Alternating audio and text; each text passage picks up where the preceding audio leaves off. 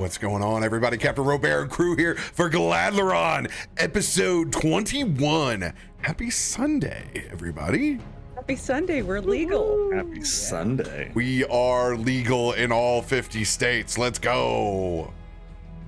Go raise a voodoo to that one. Well, Cheers. I guess not legal. We're legal to buy alcohol in all Legal 50 to- states. Yeah, sorry. Might as well be the same thing. You're just kicking rocks for 3 years between 18 and 21. Oh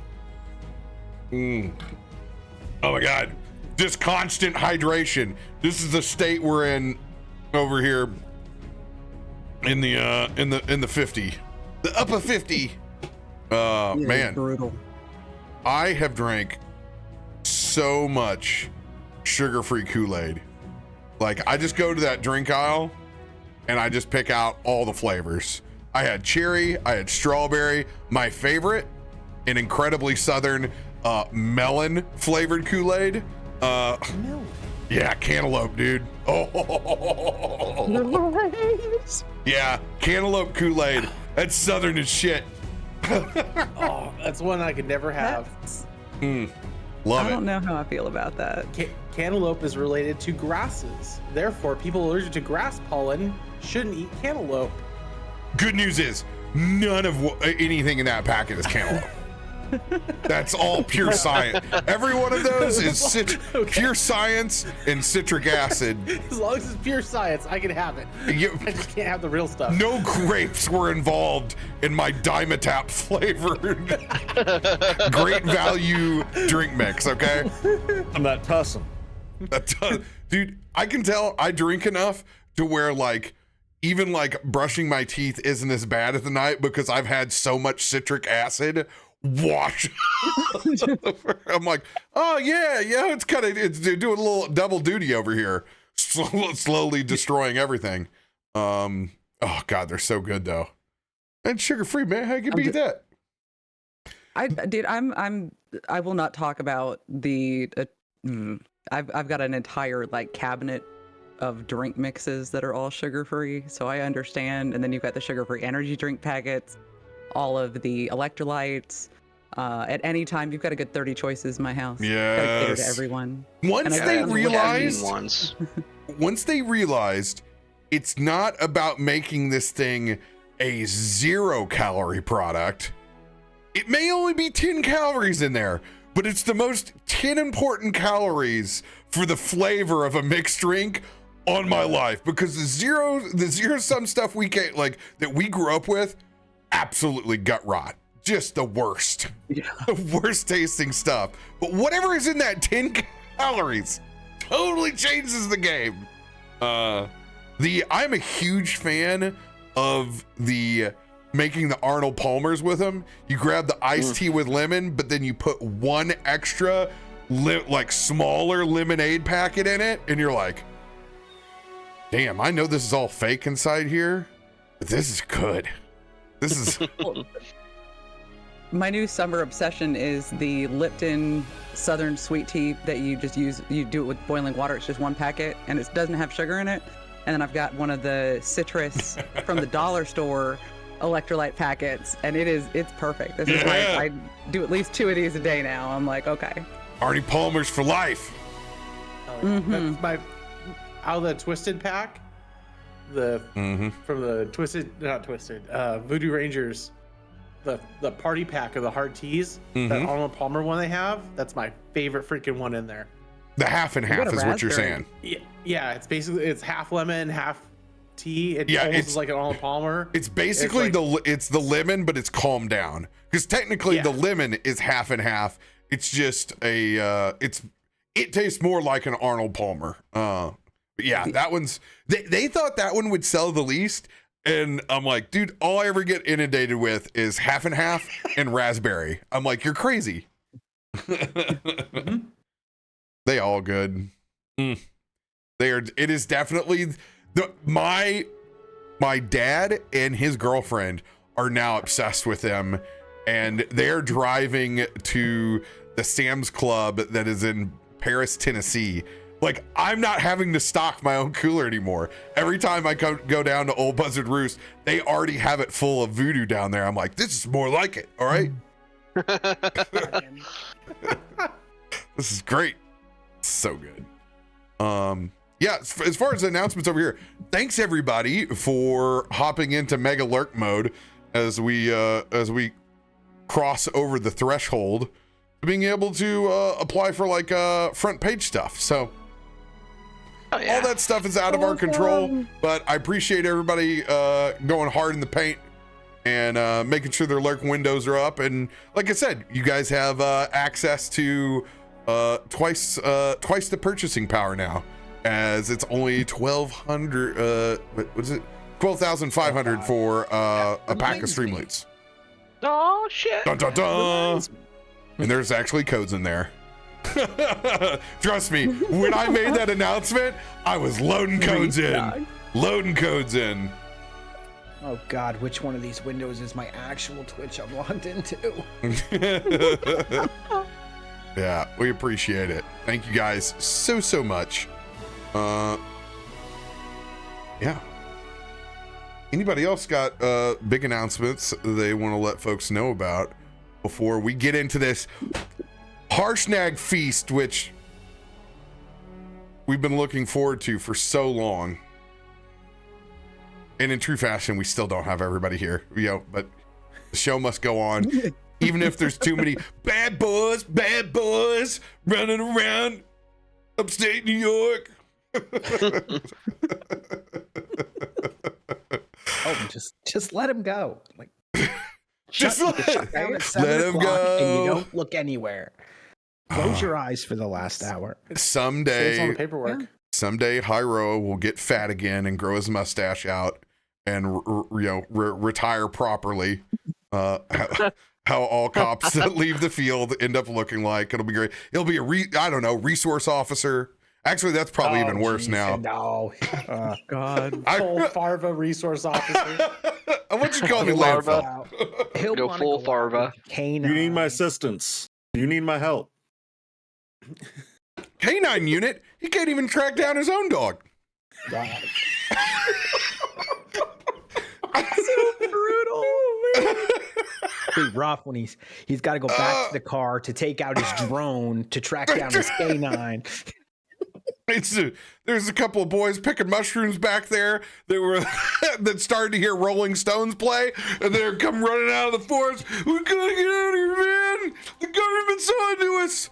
Hyro's just trying to track down his dog in the middle of the night. What happened? I started hearing Paint It Black in the middle of the woods. I got scared. He sent that drone in so hard Bigfoot shit his pants. So is this the new fall asleep early at the party, come late to the table? It always has been. Yeah. You get dogged on until you get here. Yeah. I mean, he's just lucky his character doesn't have any kids he doesn't know about, Oh. We need to pick up where we left off last week.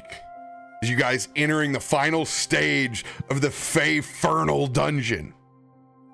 Tracking down one of the Hellstones. The third Hellstone, in fact, of 6 that are needed for Kelwraith to make it back into the 9 Hells to try to save his old friend. You guys accompanying 1 to retrieve a Hellstone, 2 to retrieve your friend Harshnag that has been pulled into this chaos. You guys survived haunted crypts of campaigns past, massive frost worms, even dragon turtles on the way, to wicked undead frost giant sacrifices that all led you to a confrontation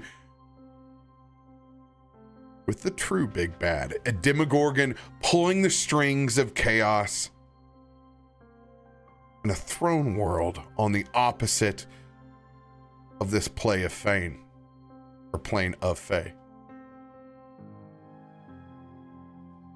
We pick back up after your amazing 9 crits on the Demogorgon, shifting back in from what was a bloody and convoluted throne world. You guys pass through with Harshnag through that waterfall and back into the Fae. For the sake of brevity, you guys are going to have set up camp. Essentially where your stuff was before. Hellstone safely secured. You all have begun to wait for what may walk back through that portal. Having sent the actual Fae court that was behind all of this somewhere out into the multiverse.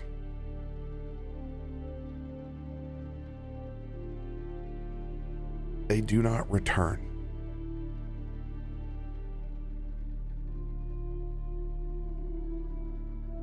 I thought about exactly how.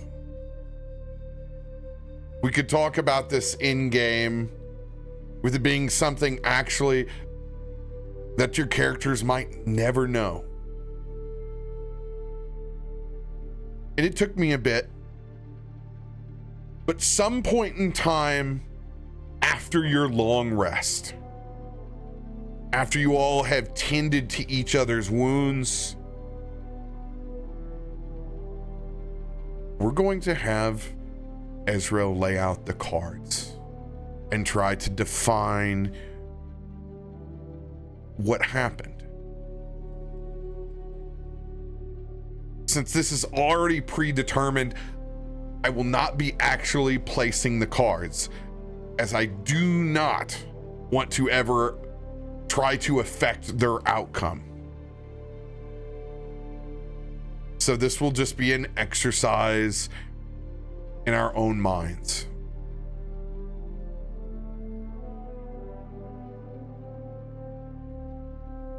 As we're flipping over the last card to try to divine exactly what happened to this Fae court, all cards lead to the same condition.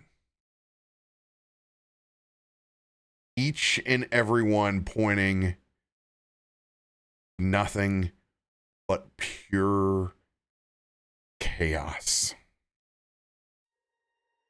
This last card swirling with energy above it.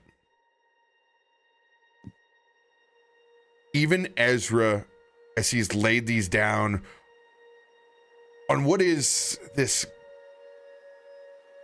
ancient Fae altar in this empty court where we've met no one. We've only felt the repercussions of their minds being twisted by the Demogorgon. Not even knowing what they look like, or even knowing a name. Ezra just kind of gasps.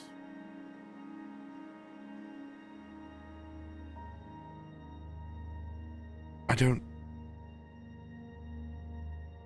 don't believe that we'll ever actually know these people.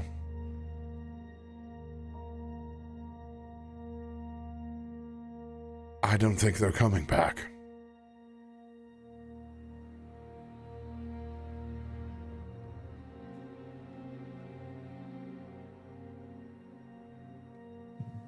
Caleb, could you give me a pen? Sure. Well, here you go. Ezra closes his one silver and his one red eye, and he begins to sketch. And you can see he begins to write out the words pandemonium.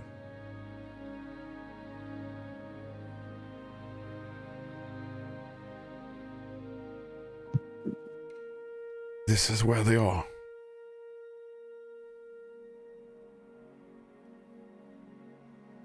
I rolled looks for over. the Fey Court. Go ahead. Sayun looks over and looks at the word. Pandemonium?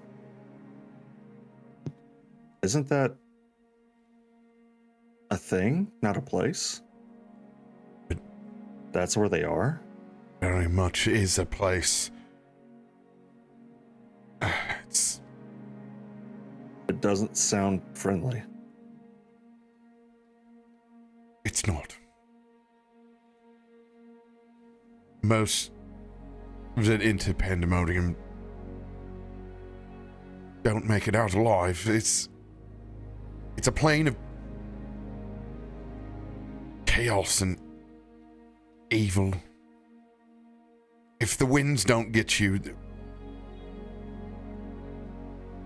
there's plenty else that will.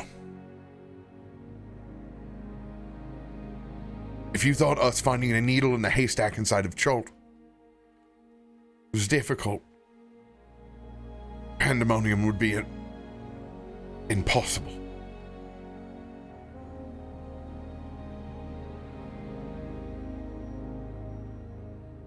Well, that doesn't sound very good at all. And Sayun looks over his shoulder. Everyone relaxing in camp. Ezra, I got really good cardio, and that wore me out. If you say that Pandemonium would be harder. It's full of winds and confusion, and it's all the worst aspects of the chaos of the Fae, put in a place much, much harsher.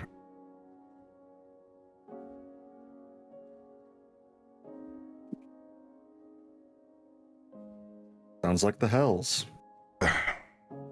Nice. Ezra's gonna look over to Kumo. Is that all because of what I did? By shooting? Kumo, this is not your fault.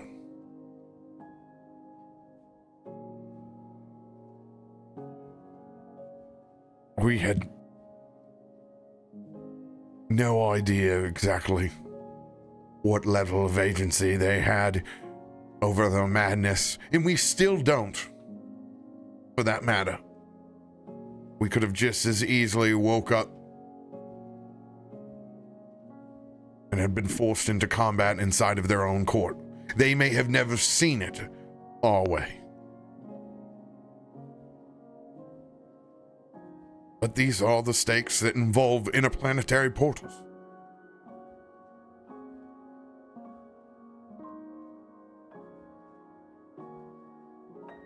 That's still a lot to comprehend that such a fine pinpoint of light can do so much, ripping a hole, I guess, or ripping apart these different realities where everyone was sent, and sending people to a place that you're describing sounds absolutely horrid. We could have ended up there. Whatever grip the Demogorgon had over this court was strong enough that even myself never met a single soul from it. I only interacted with the abominations that they created. The giants of Kelkovaik they pulled out, twisted and broke their minds in two, and created these abominations that thankfully you all have vanquished and now set free.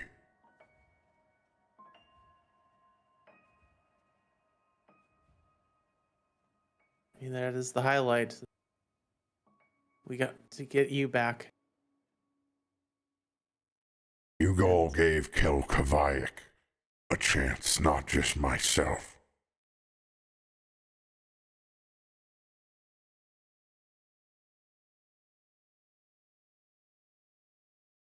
Mr. Harshnag, for whatever it's worth, damn, you can take a hit. I didn't know if you'd be actually making it after the... I'm not trying to sell selfish, or Mara might even think it too. Please teach me. My mortal body is much different than mine now. I'm very impressed, sir. As you see Sayun actually act kindly to someone and not a jerk for a change. He backs away. Mara, get in there. You've been waiting to talk to him.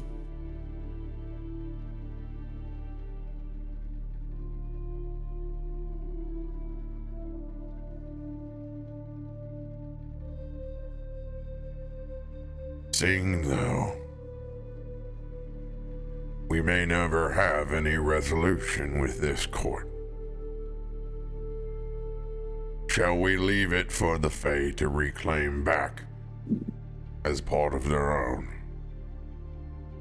There is no doubt political underlyings here that far outstretch even our capabilities. It is not ours to try to set straight. It was never ours and our intention to be involved with any of this.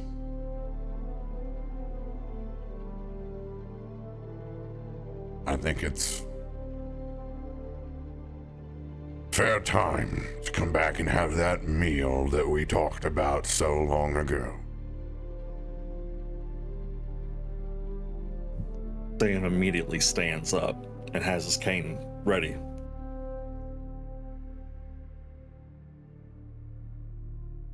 Leave it to the Fae.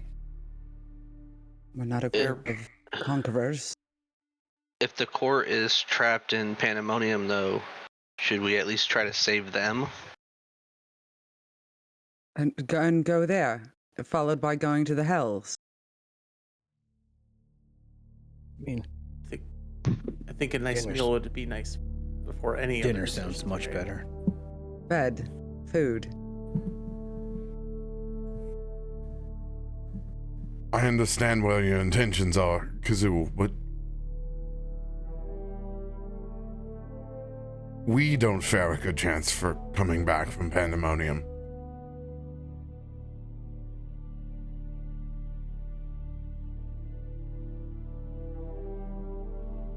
They're on their own now. Not to mention whether they lost their agency or not, there's some level that this court has been built out of cruelty. It's time for someone else to inherit it. Not to mention the guilt that they have to live with from this place. Starting anew could be exactly what they need, even if it is pandemonium. The cycle of life always starts out righteous. It's when you put opinions in it that evil things start to happen. Nature's inherently good. Whatever takes over, as long as it comes from here, it'll be alright. Nature's not inherently good or bad.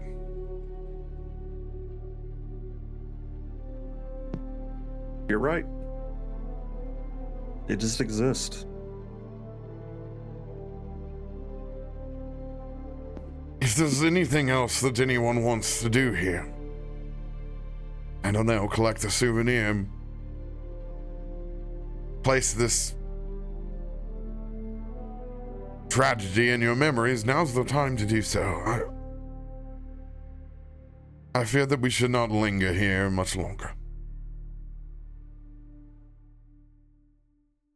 Hey Caleb, could I borrow that pen? Some paper? Sure, here you go.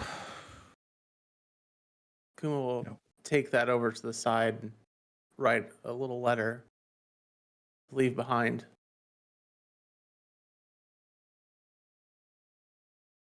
Inside it will just state, "We're so sorry for your loss.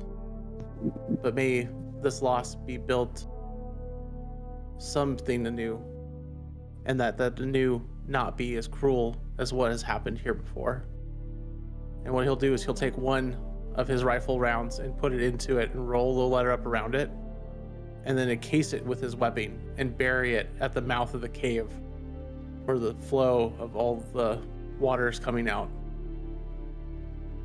Just try to leave behind a little bit of goodwill along with the bad, and leaving the bad behind.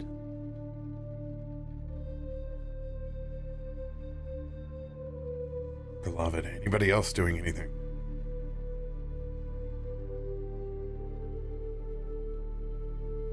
Before he's ready to leave, Kazul's just one more time going to take in the senses of the Fae as he loves it here. Not the evil side of it that we had to endure, but the original part of the Fae that we... Goose will chime in. You think we could come back sometime, boss? Oh, absolutely. Vacation spot for sure. Totally vacation. Staycation.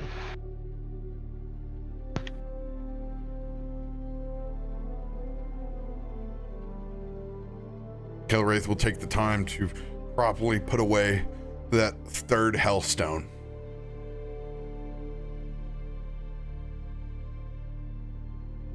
Kind of solemnly nod back to the rest of the group.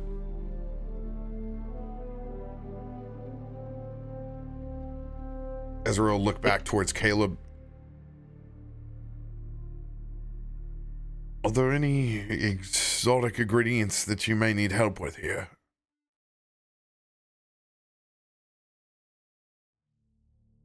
Super familiar with where we are. I mean, not sure what I would take. What looks... I mean, guess I could grab some random plants and see what happens. I would at least snag some of that spring water. Well, if you say so. It does, does look good. As he just scoops some of his vials, he just scoops up. We'll say that you have 3 vials of Fey-infused spring water.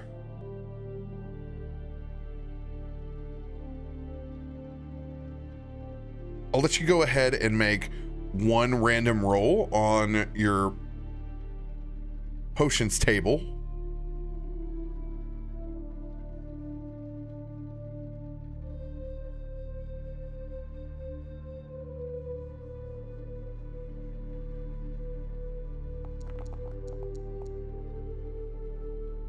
The herbal cleanse. The herbal cleanse. Oh, that's so good. This water has been blessed by an Esco Mess Man from Glacier.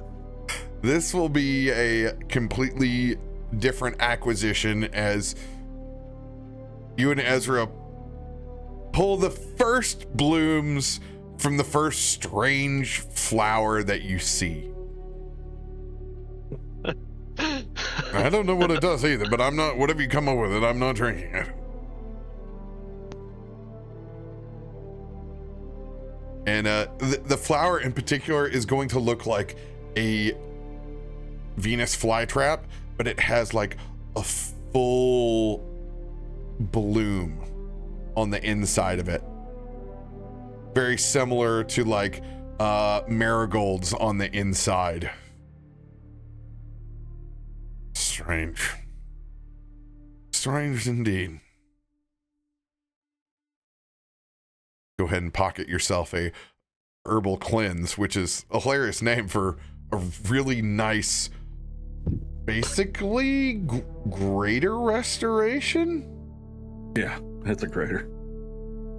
Yeah.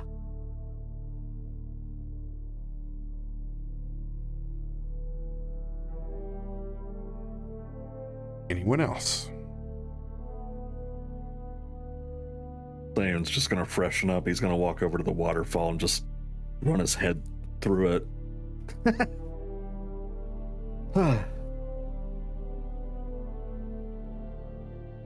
Sometimes you just gotta enjoy nature. think we're good to go, guys. He's just gonna get some in his hand and he's gonna drink some of the waterfall and walk off.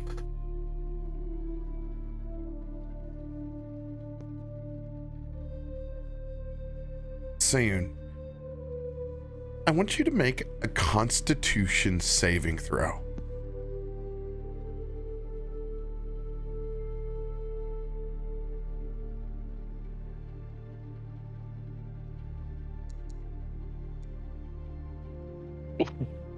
Wow. 28.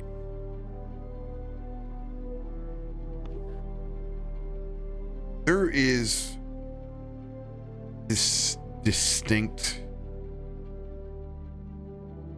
tingle on your non-dominant fist. Would that be your left hand? Left. It feels as if it's fallen asleep on you. And it goes up from the tips of your fingers all the way up, almost to your forearm. When you look at it the second or third time, it appears much like your radiant soul, but different. There is a darkness that is to it.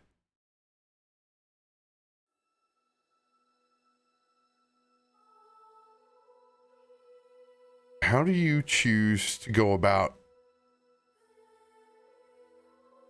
this strange condition? If he sees this going on, the first thing that he'll do is trust in his new abilities with the blindfold and use his true sight to study it closer and see what form of being or life or existence or what kind of control he has of it. Go ahead and make your spell attack.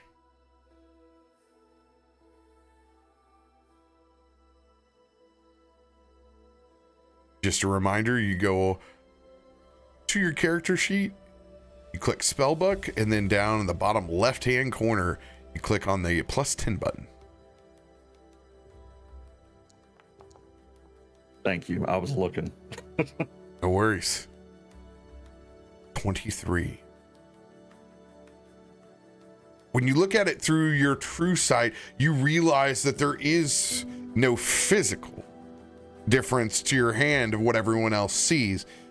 It is in fact your own true sight that allows you to see the darkness on one hand and your radiant soul on the other.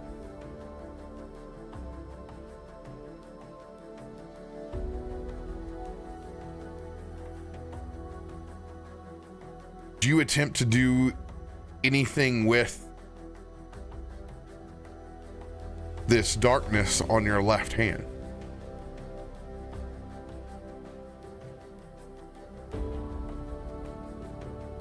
That's not Ragda's light.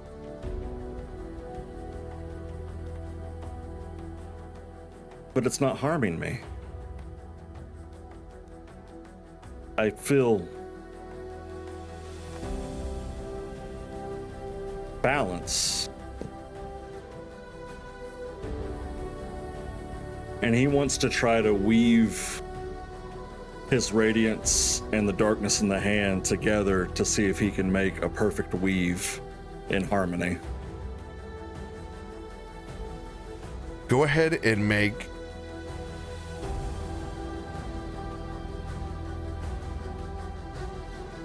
your spell attack again.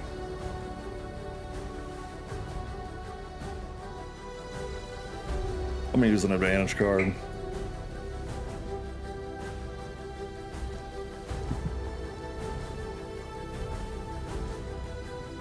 $28.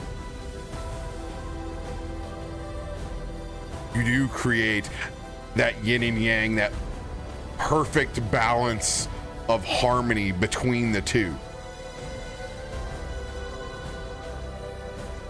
Whatever time it is that you have spent here inside of this Twilight Court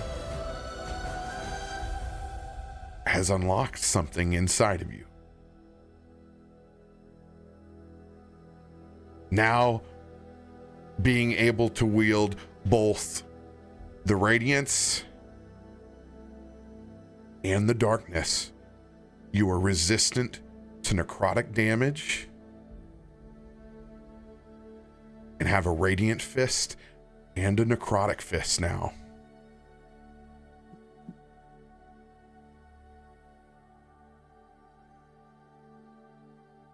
I'm a prismatic warlock. Nice. It is very prismatic colors up in this. You're gonna see Sayun turn around and look at everybody. Hey guys, you know how those changes happened to me and I told you I would have a story for you one time and eventually explain it all to you? This has never happened before.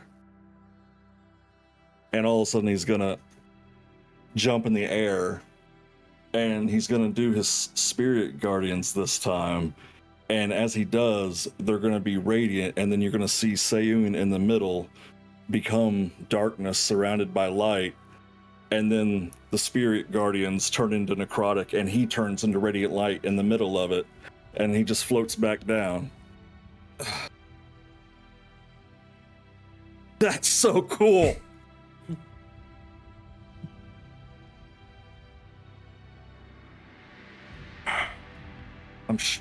Ezra, what happened to me?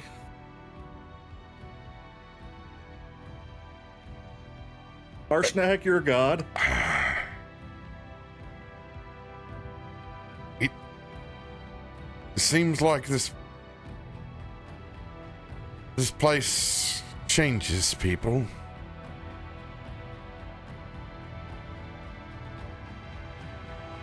I just didn't expect it to be that much.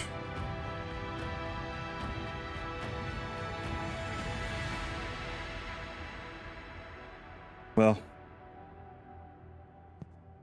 every gift can help us along the way. As he touches a plant with one hand and it withers a little bit, and he takes his hand away and he touches it with the other hand and it blossoms back. Beauty in everything.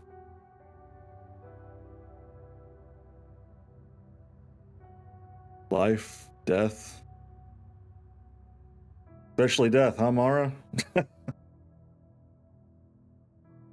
really kicked their ass the other day.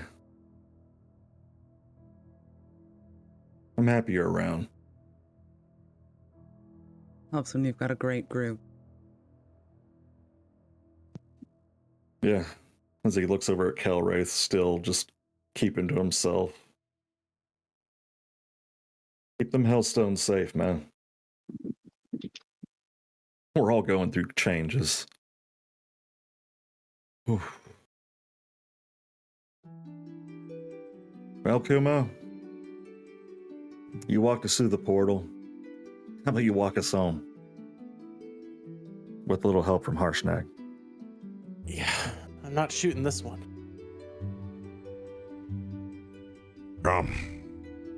I will take care of the portals this time. Thanks, big guy. As Harshnag opens up a triple XL sized portal.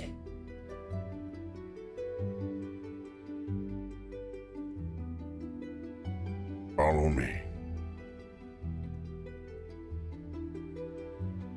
This is cool. Can't wait for the food.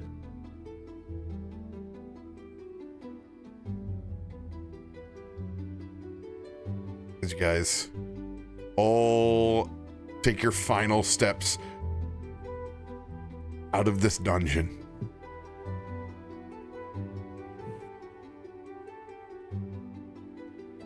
safely transporting yourself with no need to make rolls as you're guided by Harshnag through the plains. Thank God we have a god this time.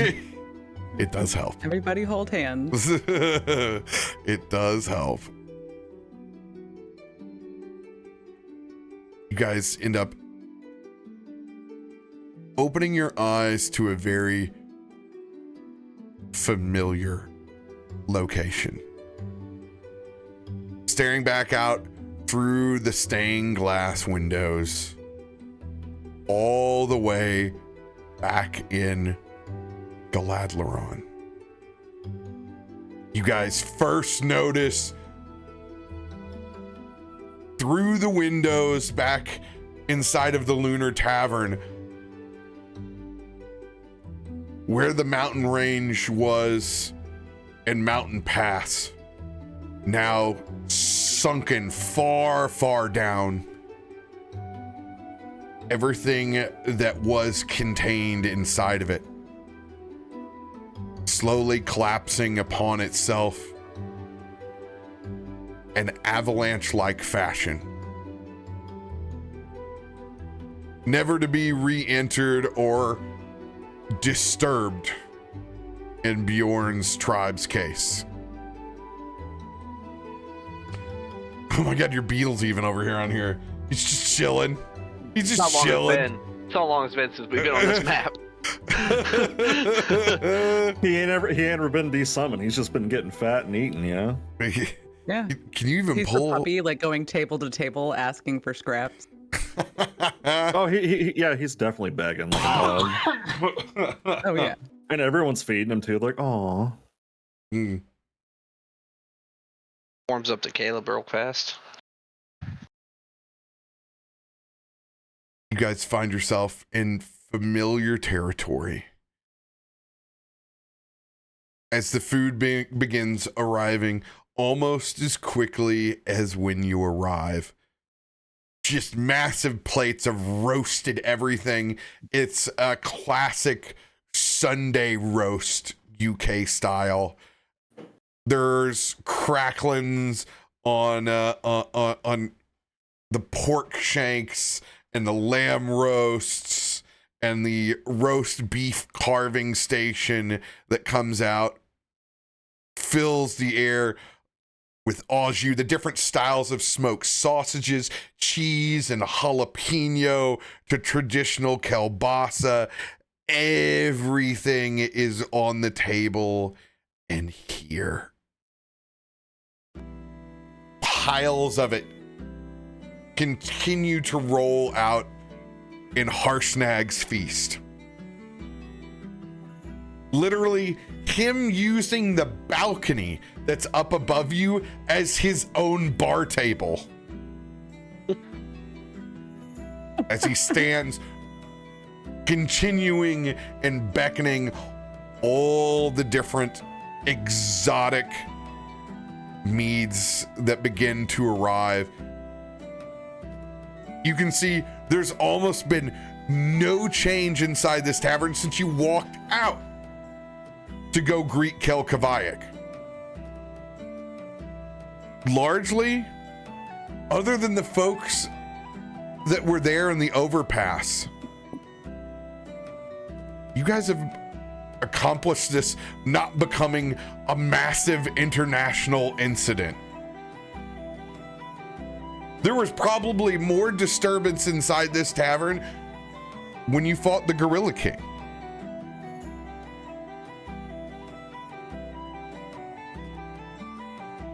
It's really nice in here. I forgot how nice this place was.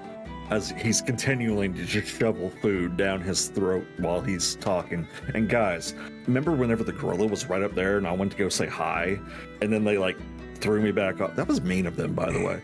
I'm rambling on. I'm sorry, Ezra, as he shuts up and looks down at his food and goes back to eating. You can ramble all you want today. All you want, buddy.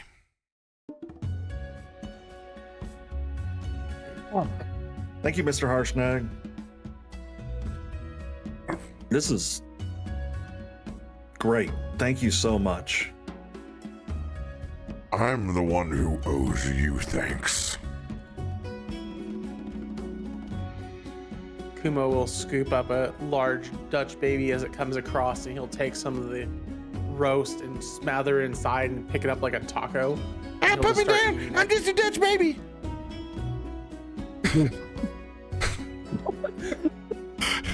Kumo will stop for a second, reach inside, pull out something that looks like a little goose, and then sets it down on the table and goes back to eating. Delicious in dungeon. Move that side. By the way, has anybody As he's realized how much that guy sounds like Gambit? Well, everybody's got their fill. Delicious in dungeon. Mon ami. Mon ami. It's very fitting. It's-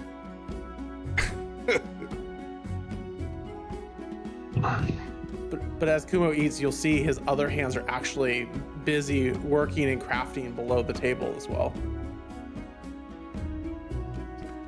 That pile is starting to form in a big round object down there. While you're doing some crafting, Kumo, you notice that, especially when you're making rounds, there seems to be a bit more static electricity than usual. And it catches you off guard because it's prismatic in color. You see this kind of fey sparkle. I want you to go ahead and make your Tinker Tools check like you would making rounds or working on your gun. Okay. Is there an easy button for that? Is it just clicking on the Tinker Tools? Let's see. Ooh, there is one here.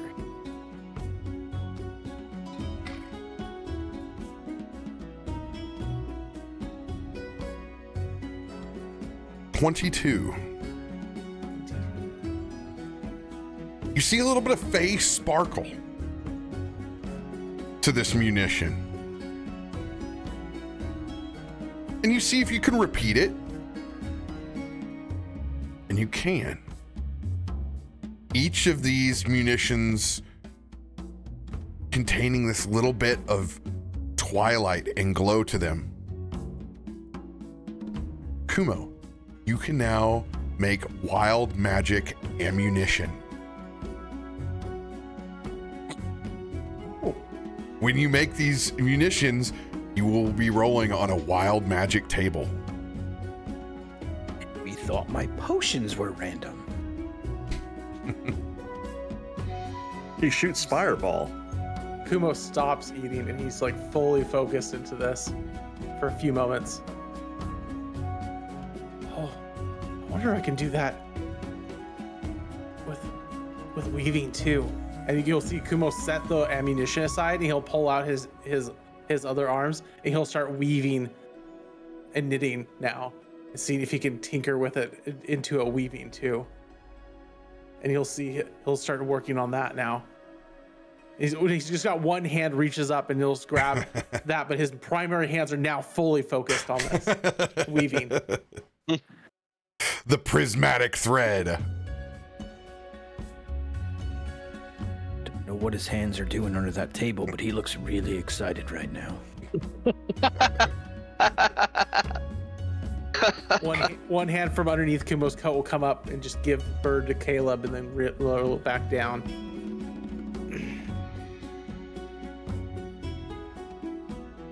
Hey, boss. Yeah. You need to check this out. I think we got ourselves into a timeshare situation, buddy. And Goose shows a little bit of your swamp as he makes a small little 10 foot by 10 foot radius. But it is not the swamp. It is Twilight Fae.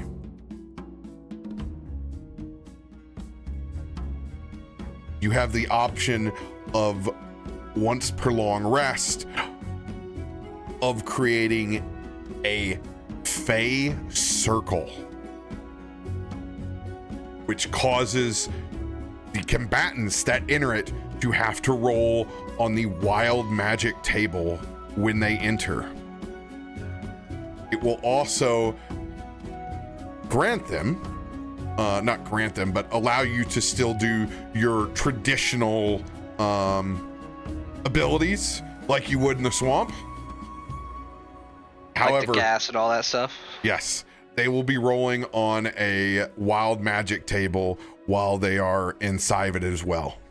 And your table will not involve positive outcomes for them. That's disgusting. Oh my god. Goose, how did you do that? I don't know. It just kind of stuck with me. I think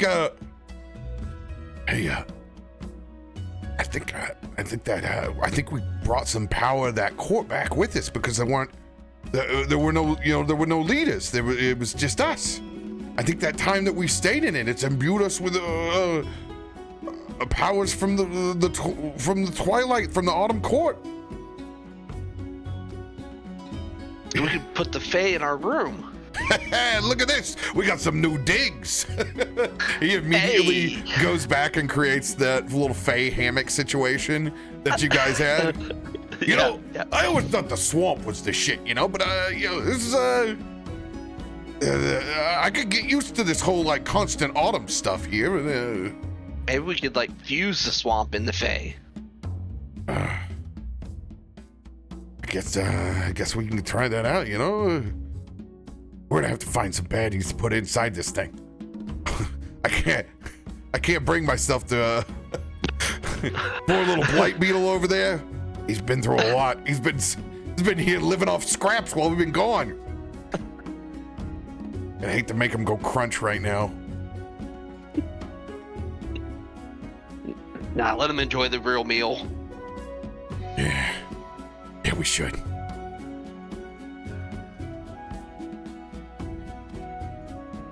Mara, I want to see that axe-throwing prowess that got us here. Come. Oh. As we take a short little stretch break right here, Harshnag is going to beckon you over to the axe-throwing side of the Lunar Tavern. Show me that axe. Show me that axe. Combat lessons from a Harshnag directly. Jelly. It's going to be one of Mara's favorite moments ever. Right? Like, oh my god, hold on. Now I got a nervous pee. I'm like, Zach's maybe. I gotta fill up in more water. More water. exactly. Perfect time for a hydration break, everyone.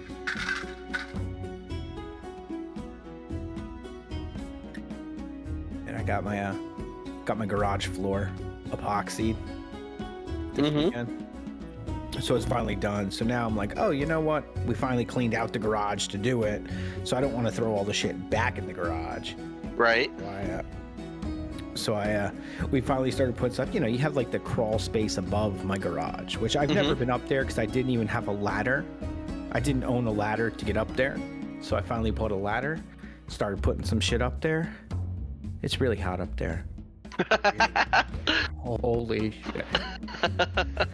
Yeah. Yeah. Shouldn't be any air flowing through there. Oh yeah, no.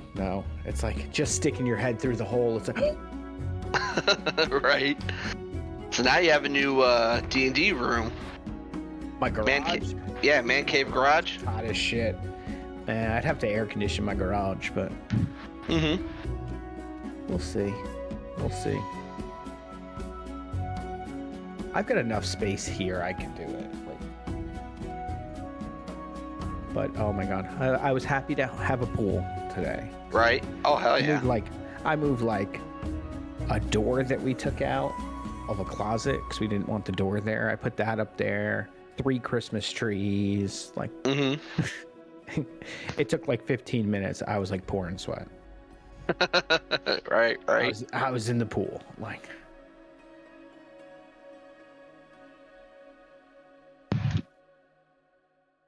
oh shit, Hyro is. He's on his way. I don't know. I see his invoice, but he said he's heading home now. Okay, so he must just be Oh, he's just listening in. yeah.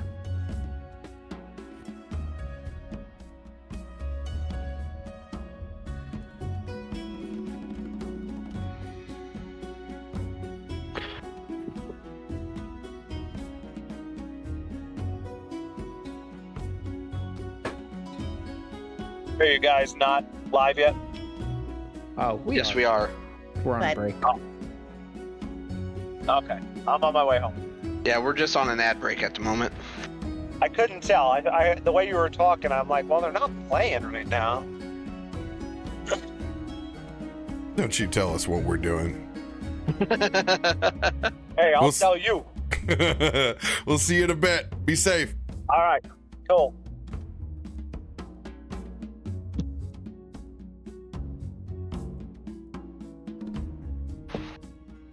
Are we going to tell him about his 13 new kids like Hellwraith has when he gets here? Yeah.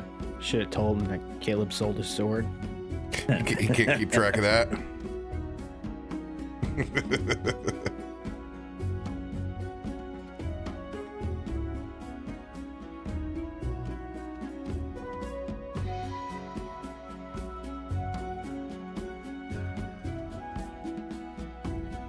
Hmm.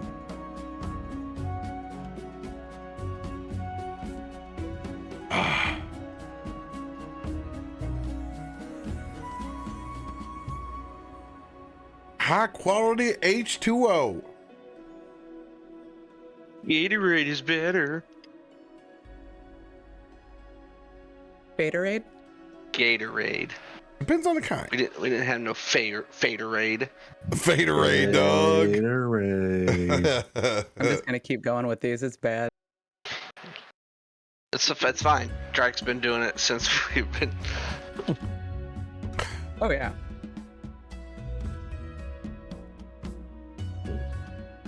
Caleb, those vials of enchanted fey water, Herbal cleanse. those are different. These Oh, are the bottles of water. They glow with the same prismatic hue that you saw inside of the Twilight. In particular, when testing one of the vials out, as you pour it, it seems to be endless, just like the spring that you drew it from. Transferring into a new vial, you create a complete fourth. When you do, you notice there are some strong magics that accompany this Twilight as you pass between the vials. I want you to go ahead and make your alchemy check.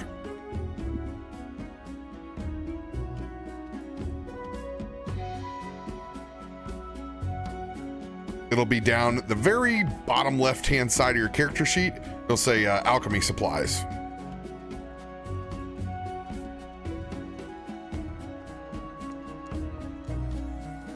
Oh yeah, 26. You're able to create, once per long rest inside of your downtime, a prismatic spray bomb.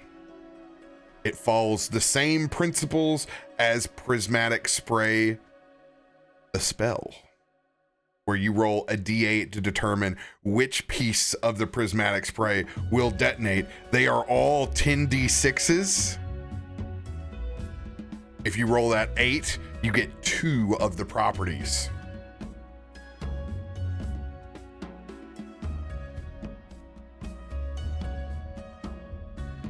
You're a walking nuke. It's a good thing I examined him because I was about to hit one back like a shot to see what happened. Well, the prismatic cleanse, you know. Just where the light comes out the other side. All right, Mara, let's see what you got. Before tossing this first axe, I assume that you would like to go into a bit of a rage. Absolutely. Please roll a 1d8 for me.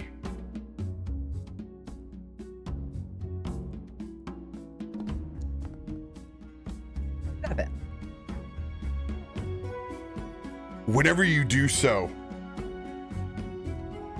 the territory of the Twilight Fae and the Autumn Court completely takes over 15 feet around you, making it both difficult terrain and also terrain that Kazul can use and acts as a secondary swamp. As when you rage, you now roll on the Wild Magic Barbarian's Rage table.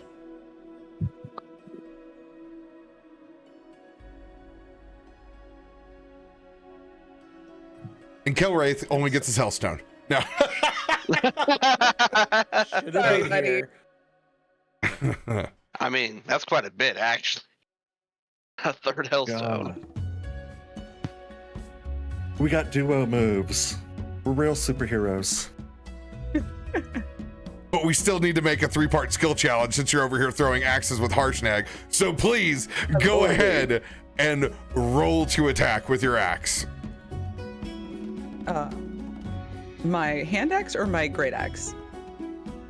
You want to do your hand axe because you have thrown weapon in. Yeah.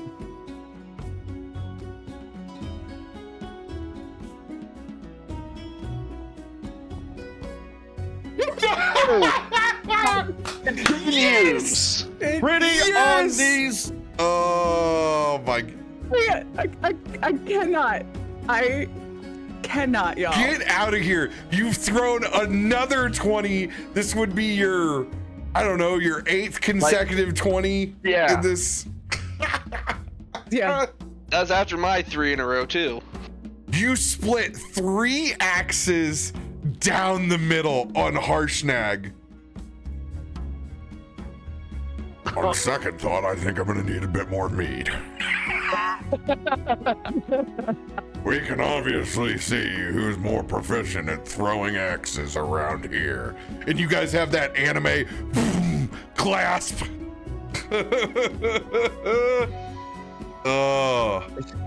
Clap a huge hand on his back and just. It's not just about throwing the axes. It's all about the company. Oh, Harshnag, you are a legend. You can see it. Mara's getting a little like emotional, just like trying to be cool. You're the living legend here. My days have long passed. Make me proud. Let's see if they have any of that prime rib left.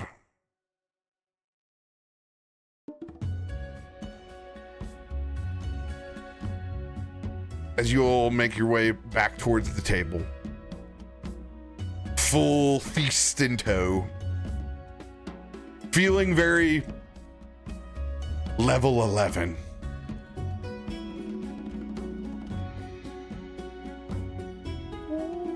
As you guys will all be taking a new level in which I will be going and handpicking out from the public releases of the new player's handbook that D&D has put out, if there's any little goodies that are in there that have been made public that we may want to take a little gander at, we shall.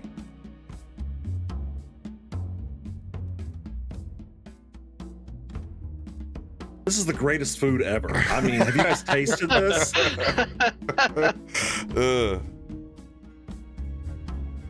I'm just sorry that we could not do this with my entire family. We will have that feast another day. But for now, this one will do. Absolutely. As he's chewing on a turkey leg. Harshnag grabs a handful of Scotch eggs. About 5 or 6 of them at the same time. When he bites in, you can just see the yolk just runs into the beard. God, why do I keep bringing up Scotch eggs? I'm dead. I want to eat them in a dark pub with my friends desperately. Yes. And I haven't done that in so long. And it hurts. It burns. It burns. Scotch eggs are just something I don't do at my house. I want them when I am thirsty in a dark pub. That's when I want Scotch eggs. Yeah. I would love to have them at my house too, but it's just not something I ever decide to whip up. I need to though. Surprisingly, I've never made them on my own, but I know there's nothing hard about them. They're super easy. I like to make them for breakfast every once in a while. Oh, so good. That fresh sausage. Mm.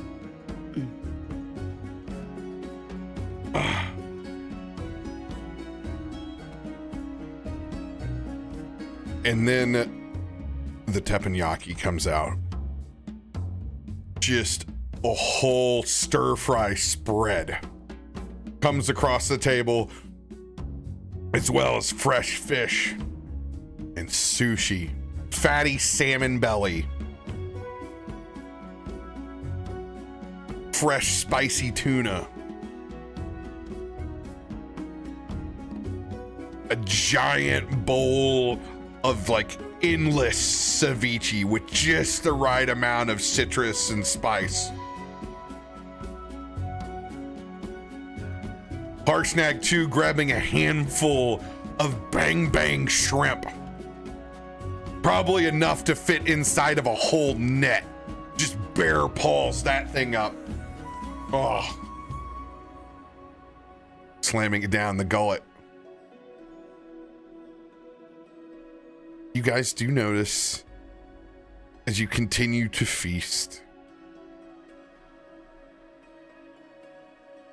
that the eternal snow finally kind of begins to stop.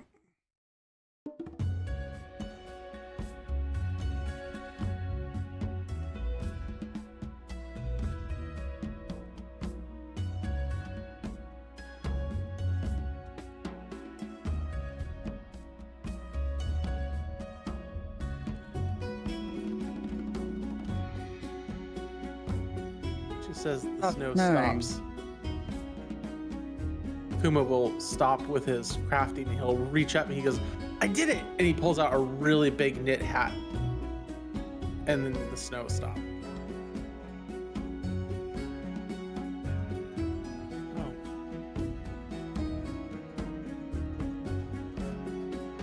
It seems to be the change of seasons here as well.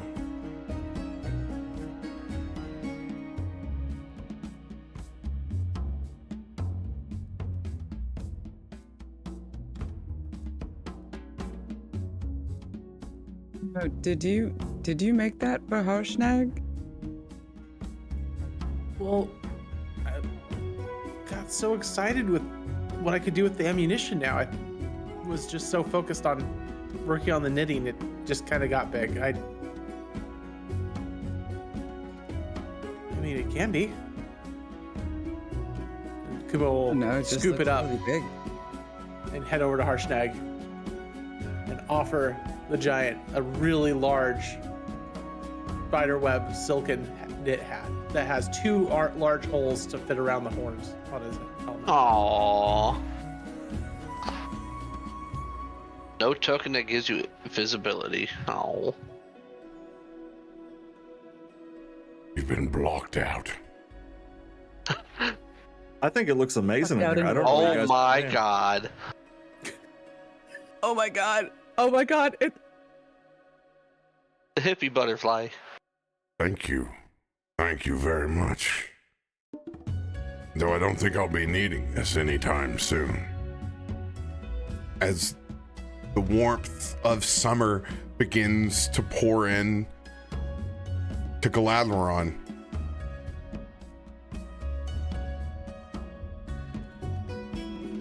I believe we'll be saying goodbye to our friends at Kelkavaik before we ever really got started. But it's thanks to you that they still have a Kelkavaik. Let the history reflect what your party's done here, allowing us to continue to trade and have a presence here. Well, that means everything. Kind of looking up towards the bar, there are now several of the Kelkavaik brews that are available here because of the opening of trade to that frost giant city in Galaadluuran. There's a couple of really dark ales as well as some different looking strong infused schnapps that are back behind the bar.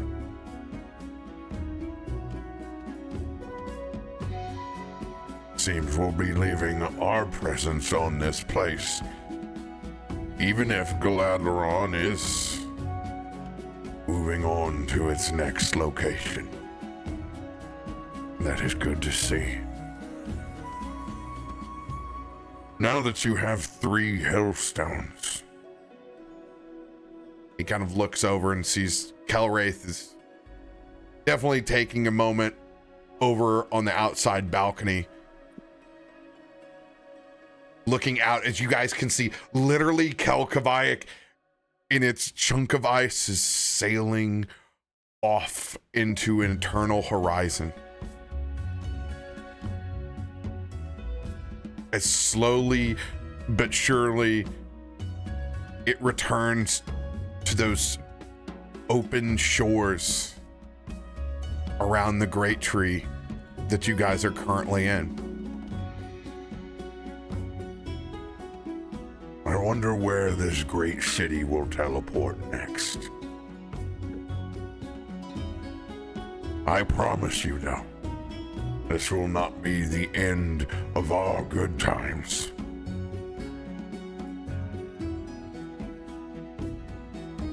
And for that, I need to leave you with another gift. I'm getting used to this new life in the sky.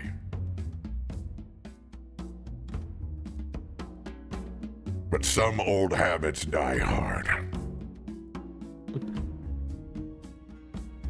And we have to do things the giant way. And he will produce this lightning javelin. And he will hand it to Mara. Mara, with your strength, you can certainly throw to the heavens. If you ever need me, let us convene back in the sky. This will function as a normal returning lightning javelin, but you will also be able to use it to open up and teleport to Harshnag's castle in the sky.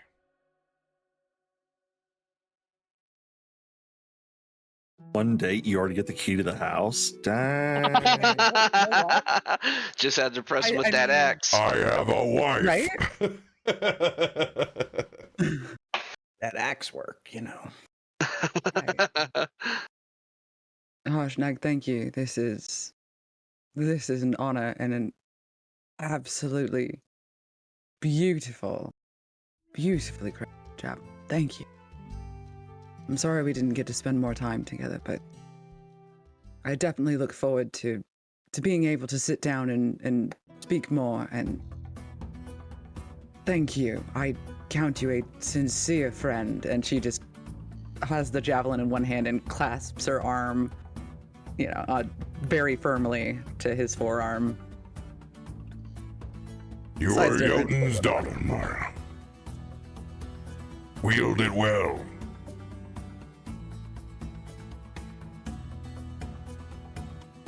I will always be interested in what you and your group is up to.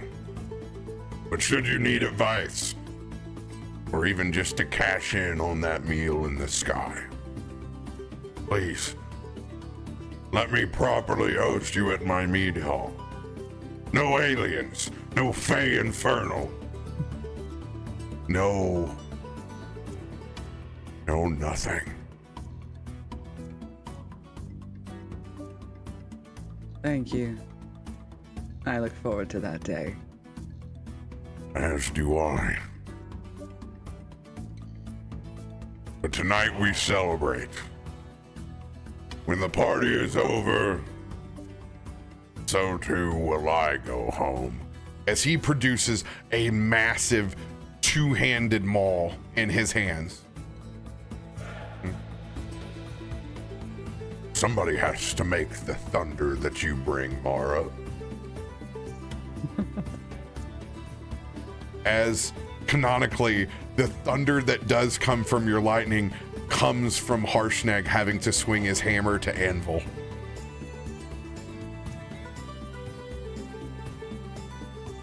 That's gangster.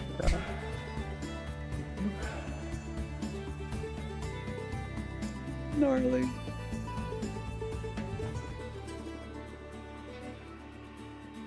Anyone else doing anything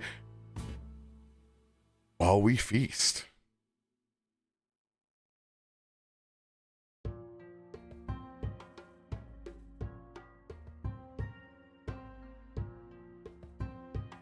Zero, you muted.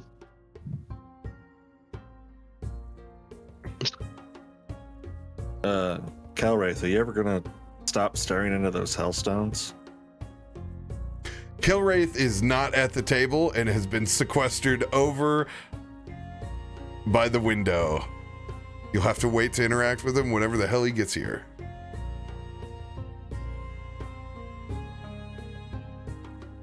Anyone else wanting to have a conversation as you see Seun run off with several questions for Mr. Kilwraith? Mr. Kata! Mr. Kata! God, you have to be old for that. Fuck, that's such an old reference. No one Welcome back. I don't even know if that's still syndicated anywhere. Holy shit. We're old. We're old. I haven't watched Nick at Night in so long, I have no idea.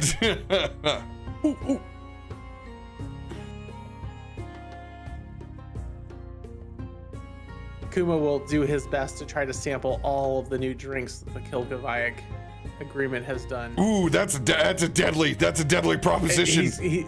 He made his hat for yeah. He made the hat. He is celebrating. Kumo is like celebrating. So you're just watching Kumo slowly but surely just become more and more sloshed. And as he does, his humanoid form starts to kind of droop away, and it's just this really big, happy, smiling spider that literally has 6 different drinks, one in each hand, as he's trying to walk around. And so he's still human. He's just very fuzzy looking. All of his hair is sticking out from that static electricity of the Fey magic that's kind of going around the room. So it's just like he's like rubbing his socks on the floor, and you just watch his hair just kind of stand up on end as he's moving style. around. Let's go. Damn, 6 drinks.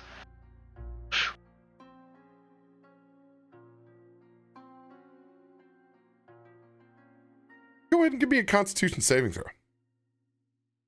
There we go. Let's go, buddy.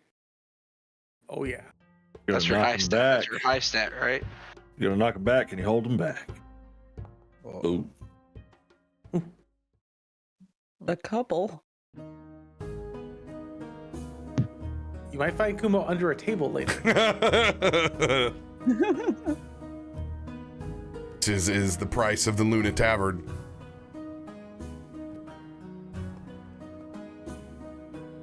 Anyone else doing anything at the feast table?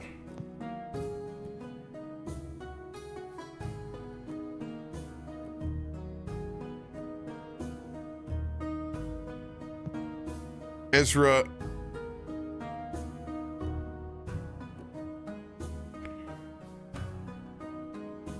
is going to come back from the bar. No matter where it is that we're going next,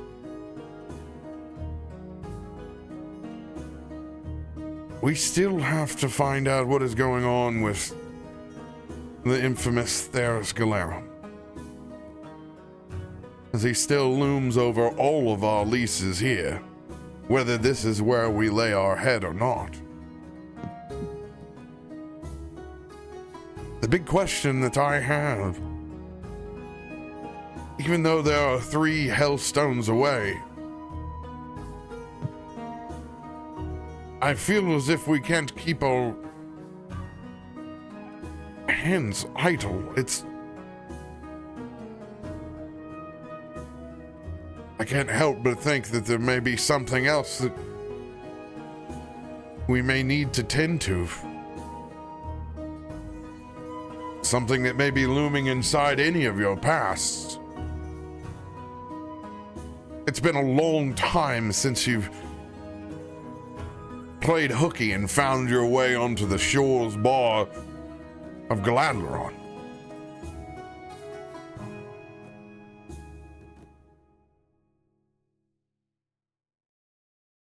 Mar,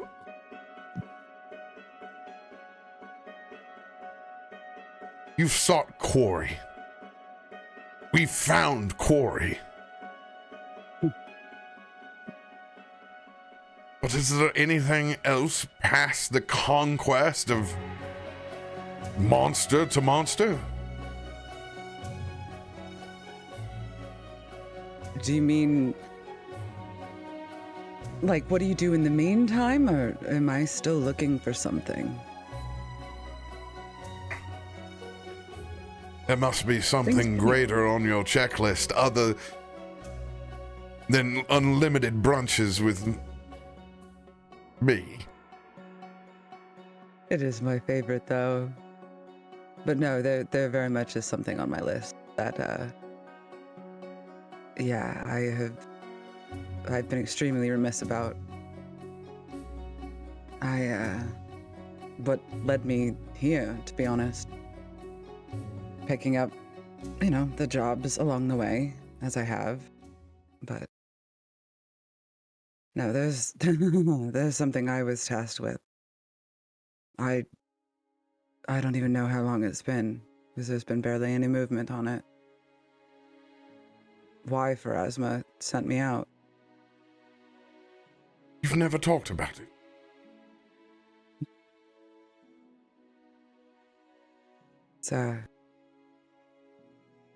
It's not something necessarily for polite company. I think we've all drunk enough to tell the truth now. Oh no, I very much agree. But it's something that I'm ashamed that I've made absolutely no movement on.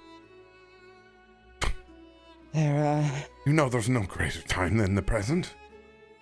I know, but I think I briefly might have mentioned a very, very long time ago about trying to chase the child, or what's known as the child. There was a thing sent to Pharasma in its death, as you do, when you go for judgment. And Mara just kind of shakes her head and just it's quiet for a minute and just looks down. This thing decided to commit what is essentially the greatest abomination. And it thrust itself into lichdom in the form of a child as an attempt to get away from their fate. You're dealing Now with some you know sort of that little lich baby? Lichling. Lichling. Lichling. Ew.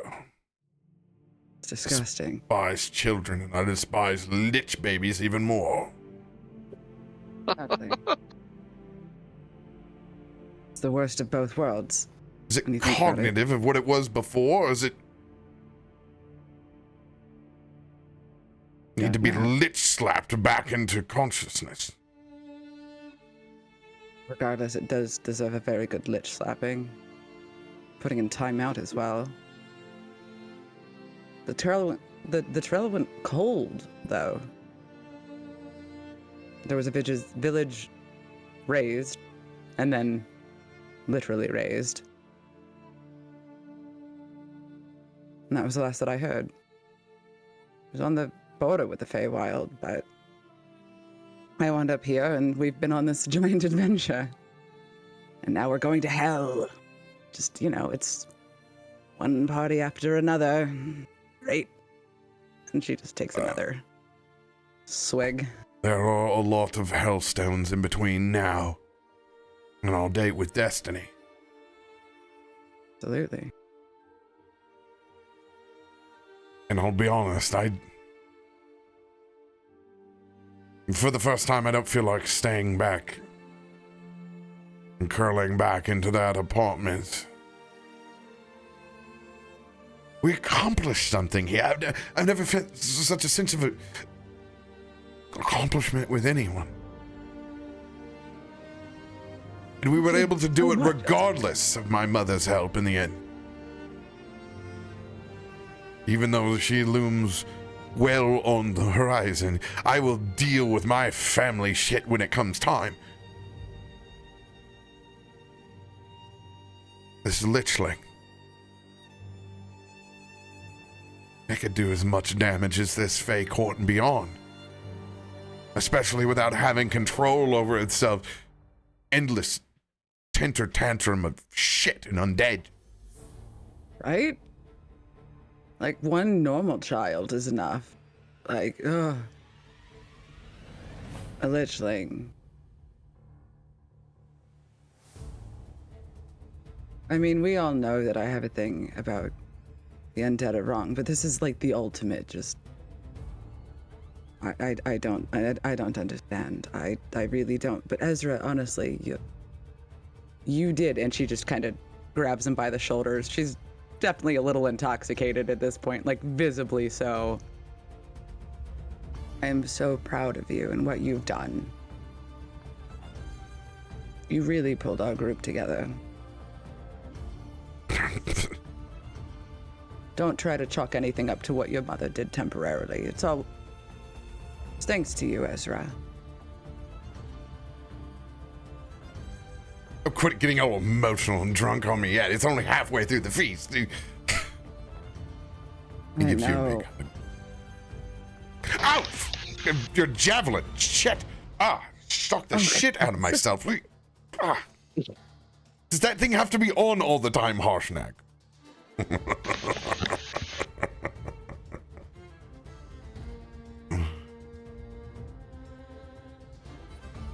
Well, maybe we should start looking for this lichling. Use the good weather on our side. Tired of being cold anyway. I think that honestly should really help us out. Not only will everyone else be more comfortable, but it's a lot easier to smell a fresh body when it's a little warmer.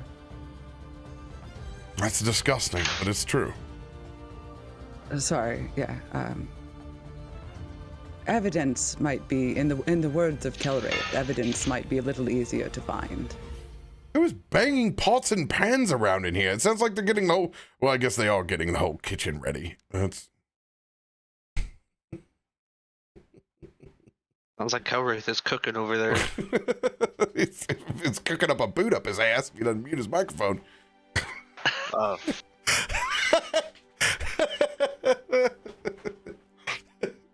Dude's over there making bagel bites during our RP.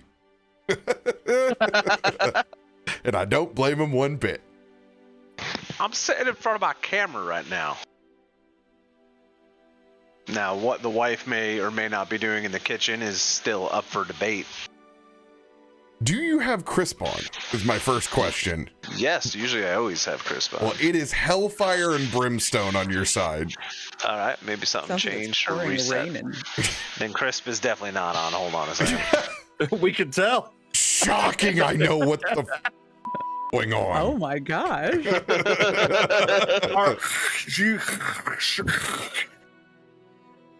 I love how everyone questions me who does this as a living. It's always like, Crisp is on. oh, Oh God.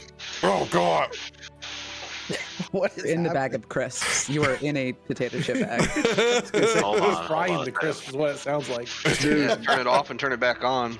Run Turn the it off, game turn from it your off. phone. It's probably stronger than your computer. Better or super worse? No, it's still horrible. How about now? Much better.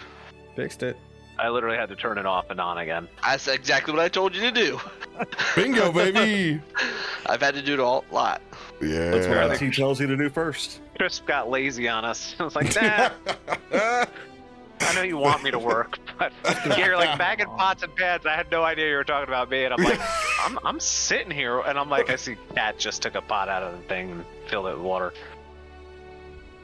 I blame That the was- wife. That was the rain that we were talking about too. Yes, the old waterfalls behind me.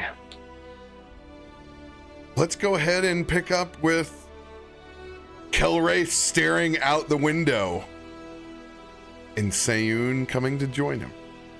Like, where am I? So we got 3 of them as he walks up and just smacks Kelwraith on the back. One of those friendly bro. Huh. 3 of them. Oh, sorry. Sorry, friend. I was deep in thought. Yeah. I could tell. That's why I came over. We have that connection. Yes,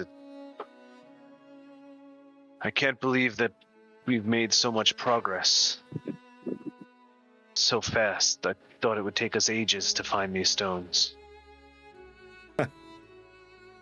Well,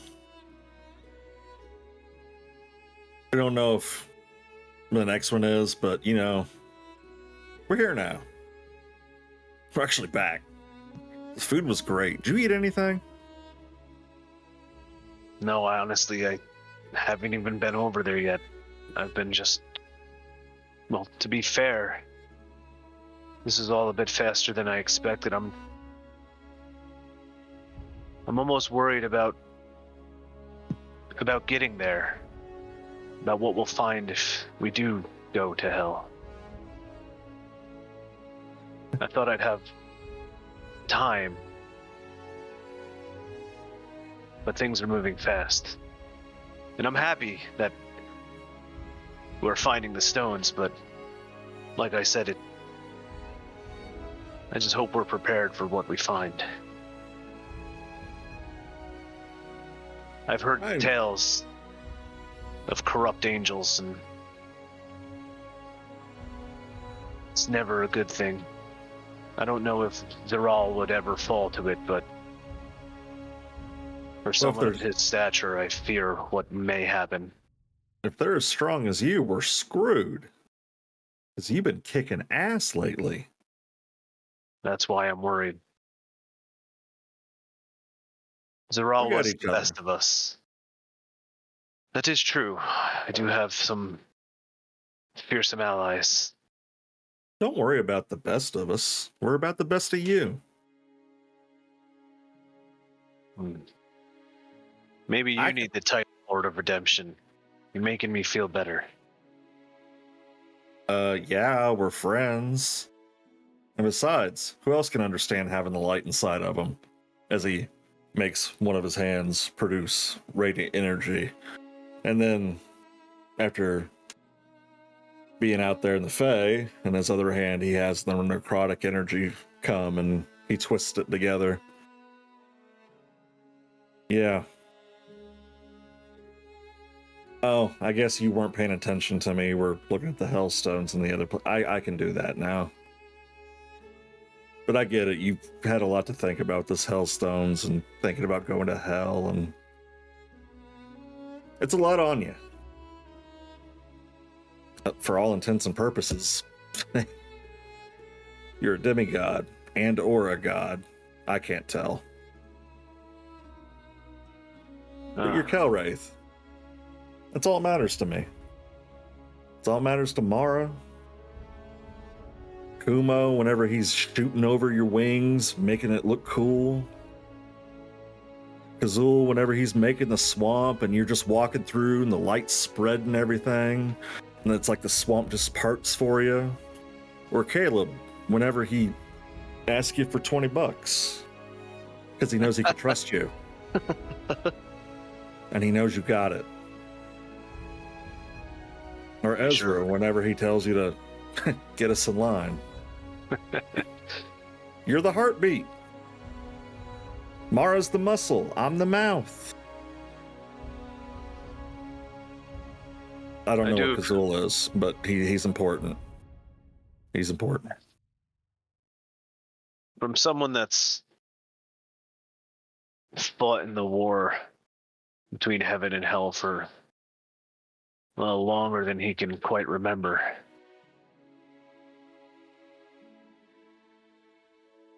You say that we have the light inside of us, but when you're on the angelic front, that's what you truly believe.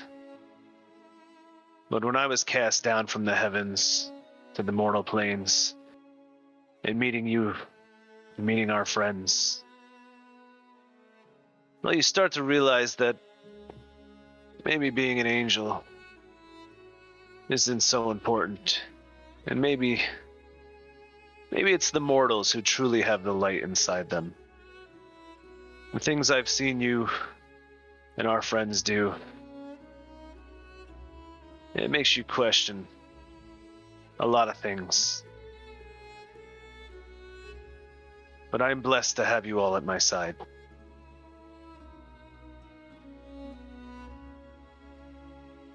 And we're blessed to have you by our side, but you can't be by your side when you're ever here sulking out the window by yourself. We're a team. Yes. Where are my manners? You can't fight the fight inside your head by yourself. If I tried to fight the fight that's inside you know how many thoughts are in there? Never mind, you probably don't want to know what goes on in my head. That's why we have to express ourselves. We have to get it out. Family, man. And Sayun's gonna go in for a hug. He gives him a tight squeeze. Pats him on the back. All right, let's go back on over to the table. Yes, I smell. Is that roasted turkey leg on your breath? Amongst other things, yes. Well, lead the way. I am famished. Hey guys, he's done sulking. We're coming back. Wouldn't call it sulking. It was deep in thought, but you don't need to say it like that. Hey, Kelwraith, you're back. This is sweet, man. Here, have a drink. This is so good. And Kuma will hand out 4 drinks at one time towards you. Thank you. And he'll grab 2 steins in one hand by the handles and 2 in the other, and he's just kind of looking for a spot to put 3 of them down. Hey, thank you, Kumo. Oh boy, how long was I over there for? I'm glad to see everyone's enjoying the fruits of our hard work. Hey, you're pointing us in the right direction. Kumo's shooting the right thing to go in the right portal by whatever God that is blessing him. And Ezra is keeping my mouth shut. Thank you, Ezra. I am learning to be better. And Mara smash. As he looks over at that target and over at Harshnag. Mr. Harshnag, she did whoop your ass at that. No offense. None taken. Records are meant to be broken.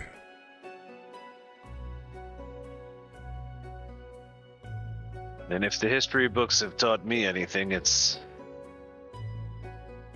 the Celestial. Well, their records tend to be broken by the mortals anyway. They are the best of us. Nice throw, Mara. Thanks. Look at my new javelin. I just won this. Oh no! By the Ezra said, heavens' light, look at that thing. Big. Here, come here. And I try to poke him with it. No! Ow! Whoa! All right. It's always on. It's as if it came from Thor's backpack itself. Careful, if you touch it too much, your hair sticks out like this. All of Kumo's hair. In his mustache, everything's all poofed out. Give my friends some sturdy ales and a lightning javelin, and shenanigans ensue, it would seem.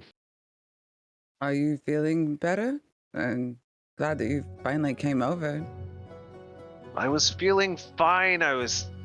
Somebody has to think things through in this group, and that's me. I never think, and y'all love me. Well, we all have our strengths, you know? Did you come back a bit changed? Is that why you've been a bit pensive? As I had told Seyoon, I'm very happy on our progress. It's going so fast that part of me worries what we will find in the Hells. I've been there. It's not a welcoming place.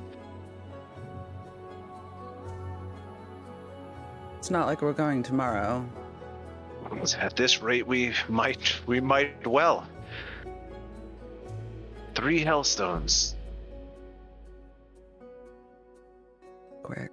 And I don't know if you remember, but sometimes the Hellstones open portals themselves, and carrying around 3 of them may increase the threat of the portals, or at least the power of the beings that come seeking them. We have to be careful.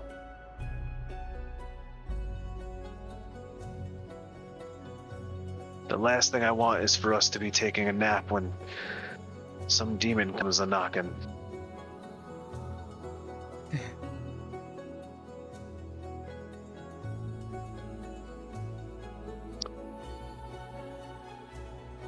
And Kelwraith is gonna go over to them turkey legs and start taking a little bit of the meat off the bone.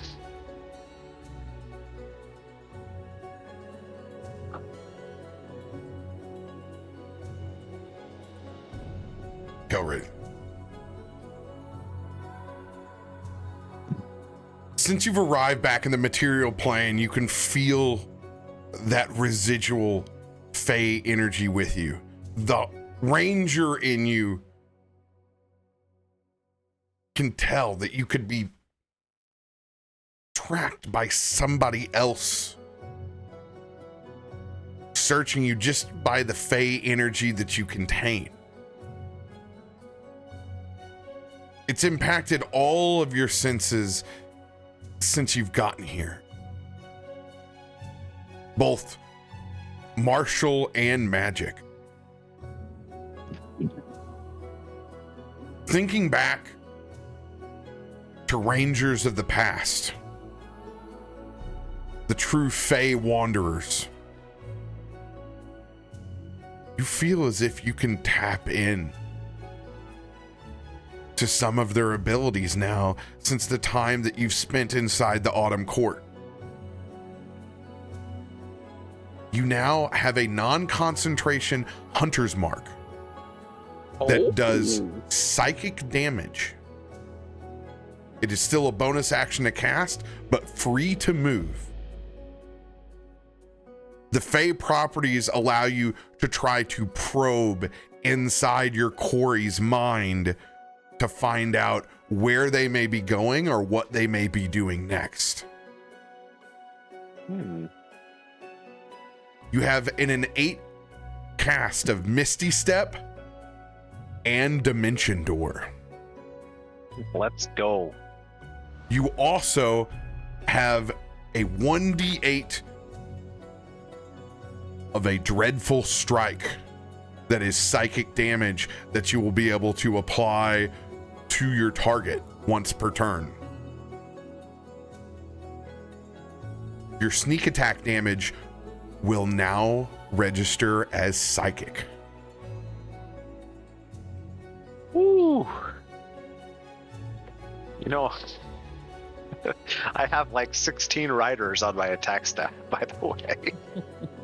My God. They're gonna be rolling. They're gonna be like 600 dice rolling each time I shoot a bow. Favored foe, Hunter's Mark, sneak attack, regular attack, Dreadful Strike. Colossus Slayer. And Colossus Slayer. On there. Sharpshooter. Ooh. Oh, and sharpshooter if I can land her. Yeah. Oh my God. Can't wait for one of those to just crit, because that's gonna be a gnarly roll right there. Yes, it is. I've already added the spells onto your sheet. I see that.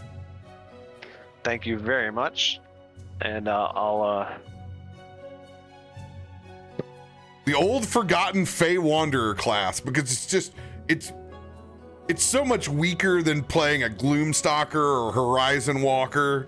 But man, is it nice to have those utility spells of Misty Step and Dimension Door. Dude, absolutely. Those are two of my, I mean, I'm limited on spells as a ranger, but those are two very, very good spells. And being able to use both your investigationness and your Hunter's Mark together on tracking quarries, I'm ready for these rolls. Yeah, absolutely. Especially like you said, with a little insight into them, I might be able to see what they're doing or where they're going. That's huge. I was gonna say, does that mean it's like the device stratagems built into the Hunter's Mark now? A little bit. Yeah, a little bit. Yep. That's gangster.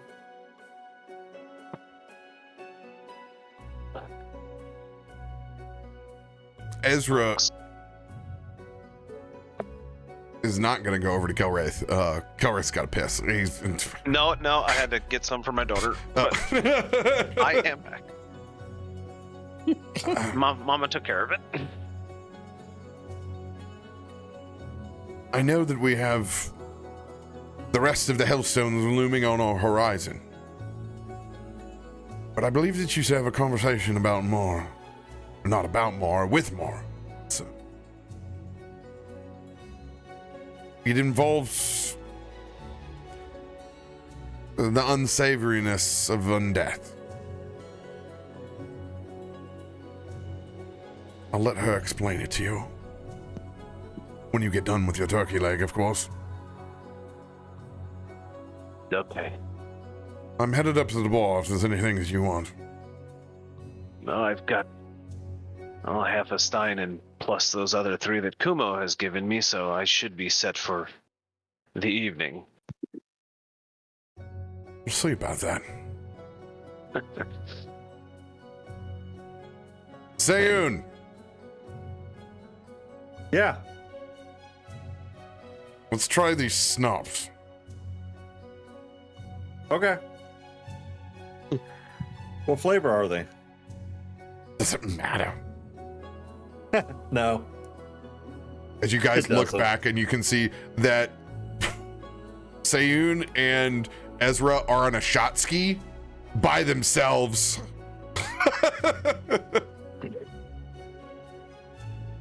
So is the way. This is the way. Oh, was that Aftershock? Oh God, I thought that died in the 90s. Ooh, Aftershock. Throwback. Oh, I just had wild turkey. And it wasn't Russell's Reserve. It was just plain. It's just the generic one, you know? Plain old. Oh.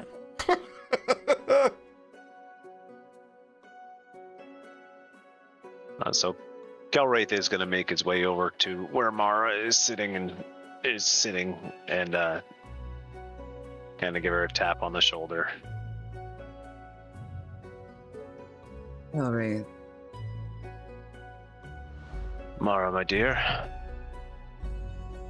Oh, I absolutely love that new javelin you have. Fantastic. It's fitting for you as well. It's a warrior of your caliber should absolutely have a weapons as such as that. But I mean not to mince words. Ezra bid me to come speak with you. Said you had some concerns of undead in nature. Yes. The Lichling, as we've dubbed it. I was sent out by Pharasma to try to track down a creature.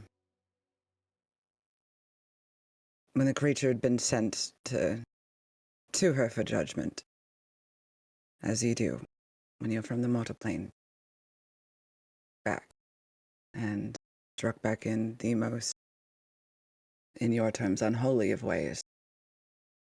And it chose undead. It took out Pharasma's best warrior. I'd never seen anything like it. For the first time in my life, I knew fear. True fear.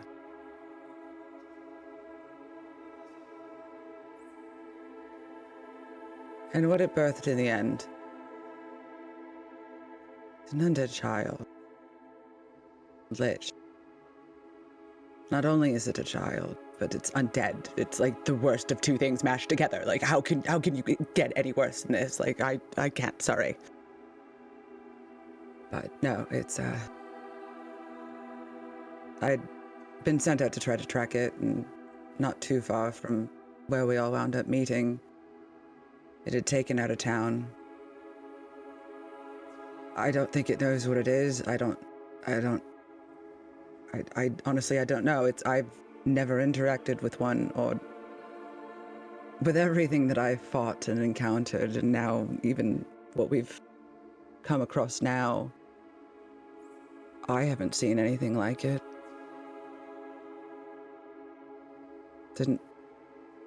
You'd think I would have studied it more, but I'm not gonna lie, I was never a great student. Reading is not really my thing. I'm much more of a doer. But I was entrusted to try to track it down. My tracking skills aren't nowhere nearly as good as yours, though. I actually should work with you to try to get those up a little better, to be honest. Since we seem to keep finding ourselves in places that it seems to be more and more handy. That is very bad news. I will absolutely help you develop tracking skills, but something like that much power, combined with the innocence and naive of a child, you can't really study for something like that. It's so uncommon. I don't know if you'll find much on the topic to study, but no, I mean just liches in general. I mean, if you're a child, though, what do? You see a child on its own, you go to help it. It could get into anywhere. It absolutely could. It's Pharasma wants it returned for proper judgment. Because it's that which is dead should stay dead. Of that I It's am not up to them. in a complete agreement. It's not up to them. She is. Do you know? You said you last were tracking it to where we first started. It was not maybe half a day away. I hadn't gotten there yet. I'd stopped and wound up running into all of you. And been a little bit eventful. Yes, we We haven't been back. delved down the rabbit hole quite far and quite fast. And it took out a whole town, you say? Did. Maybe a bit, I don't know, a couple hundred people. That's still the size of a town. And that was then. There's no telling how much chaos and carnage could have been sown by now.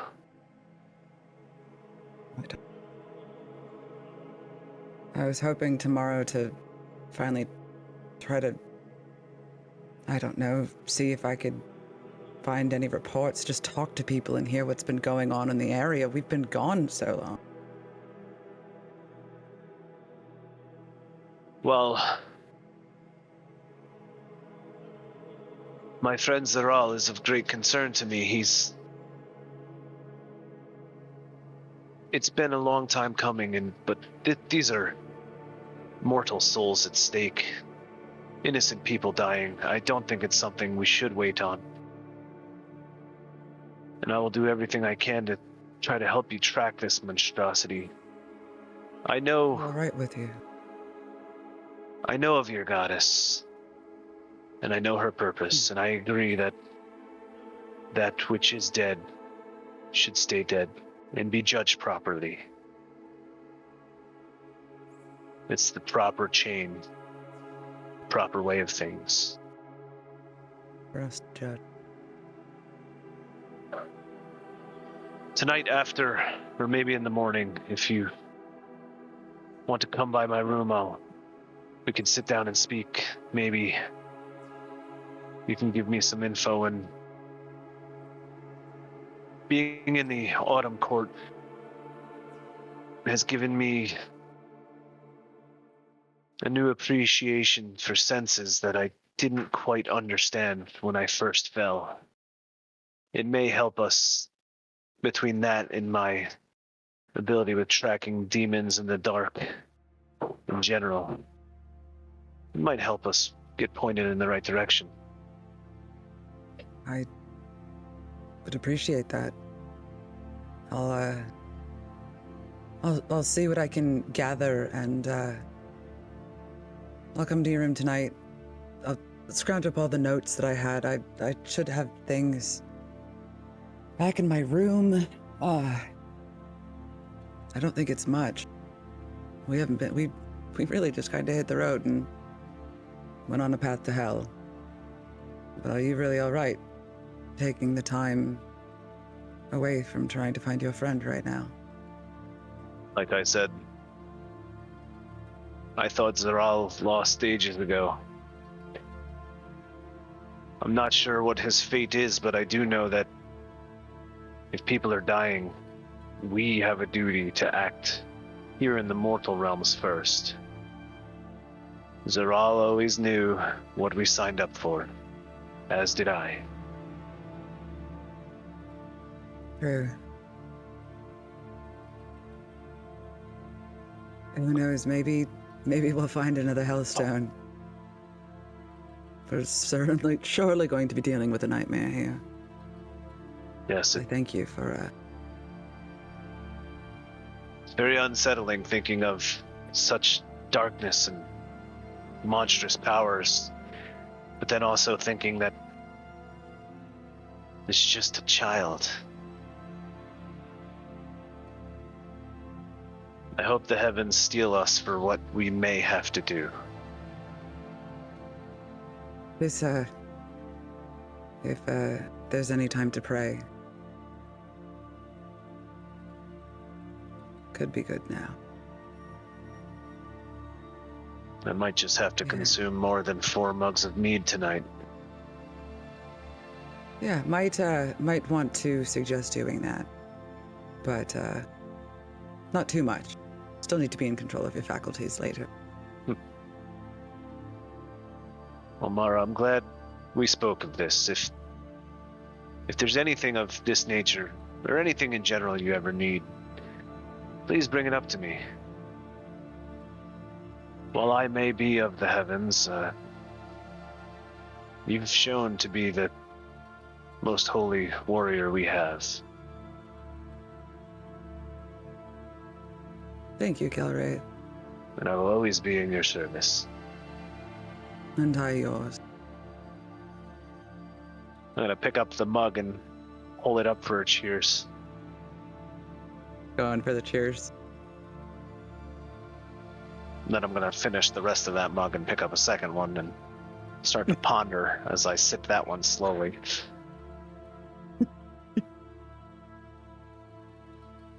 No. You cheated, Ezra. You cheated. The only reason you beat me is because you drank 2 at once. There's no cheating. You put the shots on the ski and you do them.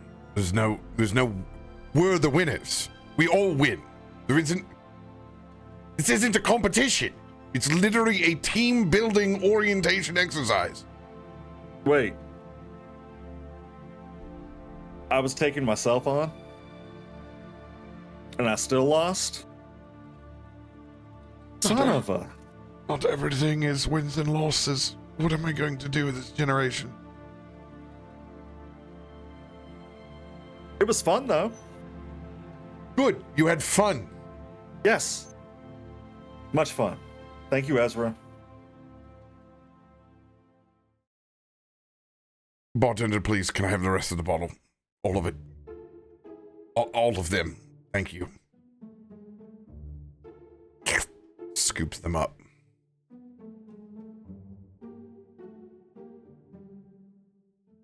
Oh. What are you doing, Caleb? Just enjoying my drinks and watching Sayun kind of make a fool of himself drinking.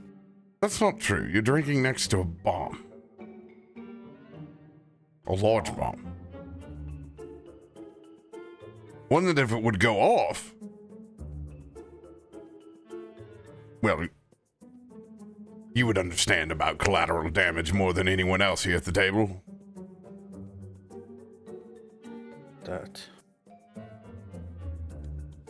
So, want a shot? Of course.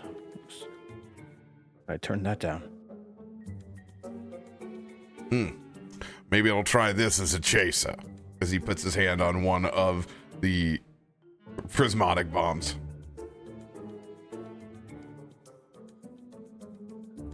Alright. Just Yeah. barely hearing. He's gonna raise an eyebrow. Did you say bomb? Oh, prismatic bomb. That right there on the table.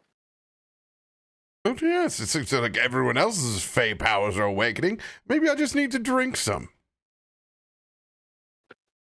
Caleb, why didn't you say that was a bomb? Well, I mean, it's not like it's just gonna go off by itself. It's fine.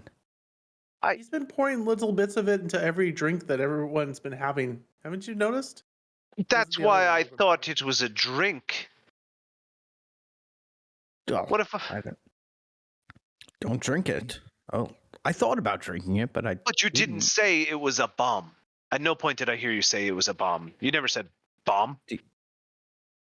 What? I mean, I didn't expect to have to worry about people coming over and just drinking my stuff right in front of me on the table. You have no But it's etiquette? on the table as if it is a potion or elixir or drink. Like, do you want to put it maybe on the table by the wall over there? Or in your bag in another Correct. room? In his defense, I've always heard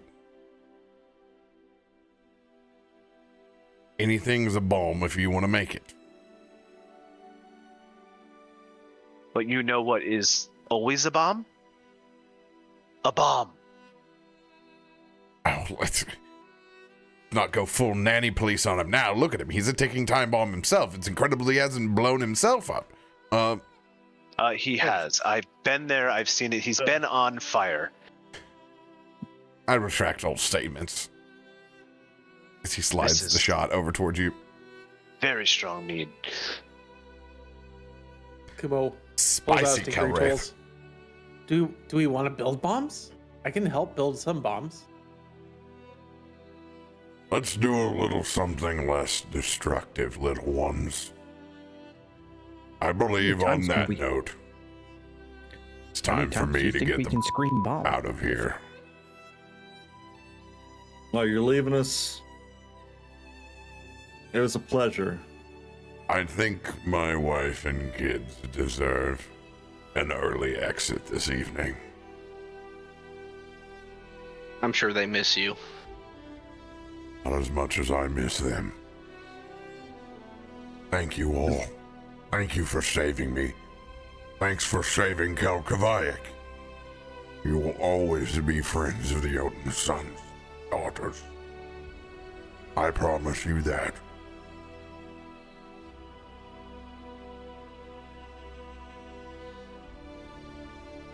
Now, Before, oops, sorry. Go ahead. no, please. Before Harshnag leaves, Kazul's gonna pull out of his pocket, wrapped up in a faded leather cloth. He's gonna hand you a jewel that's in the shape of a blue rose, and have you tell Harshnag to give that to his daughter for him. Give your wife and daughter my wishes. And what is this, Kazul? It was my daughter's. I want your daughter to have it. Kazul, I don't think that I can take this. You must. Think of it as a token of my appreciation.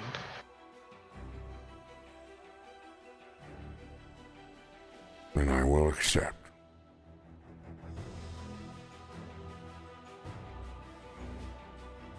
At least I won't be empty-handed this evening. Thank you.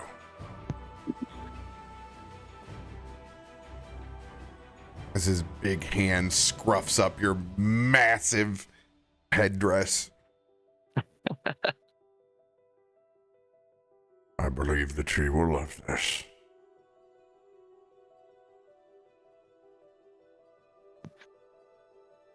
This is not goodbye. This is I will see you soon. As he swings the hammer and it hits the table and there's that thunder crack, but it does no damage as it just vamps him from inside the Luna Tavern. As everybody feels that concussion in their chest.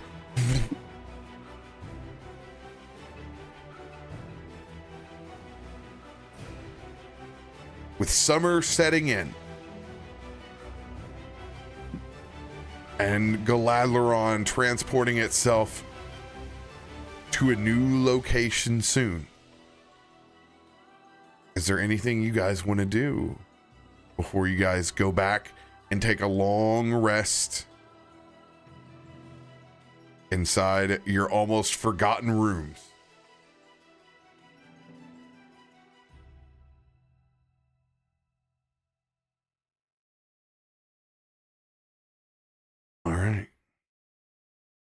You guys will wake up on the following day. I need Constitution saving throws from everyone.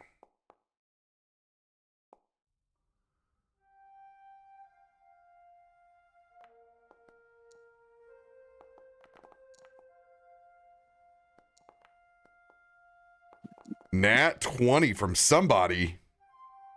It might be Caleb. Kazoo. Oh, Kazul. Kazul. Did my roll? There it is. All right.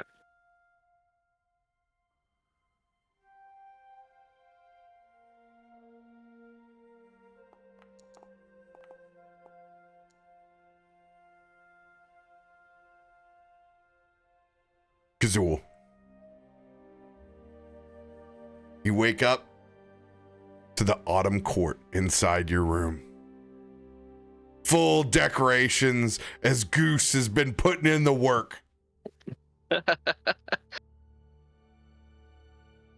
There's even the running waterfall that acts as the sound machine inside of your room.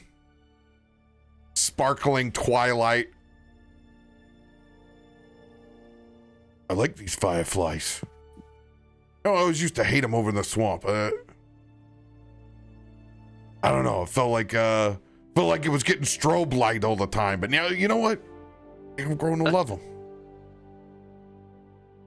Faye definitely grows on you. Maybe I'm a change grub. I think we've all changed. Ain't that the truth? You know, except for everybody else feels like they got a little piece of the Fae, but I ain't seen nothing from Ezra.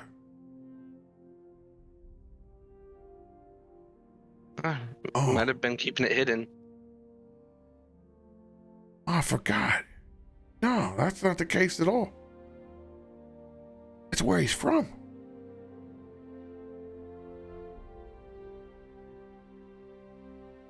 He's from here. So the Fae's always with him. He's always. He got that Fae swagger. That's what he's got. He's got that autumn court swagger already. No wonder. And here I just thought, I thought he just really liked that red contact in his eye. Because that eye was dull, but now I understand. It's 100%. It's kind of it's hag blood, and that makes it even. All I gotta say is he's got more family issues than we have back in the swamp.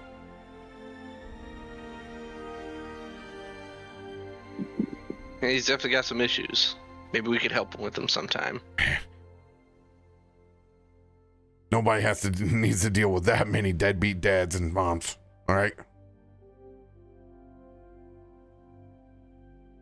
Swamp's got a reproduction problem. That's.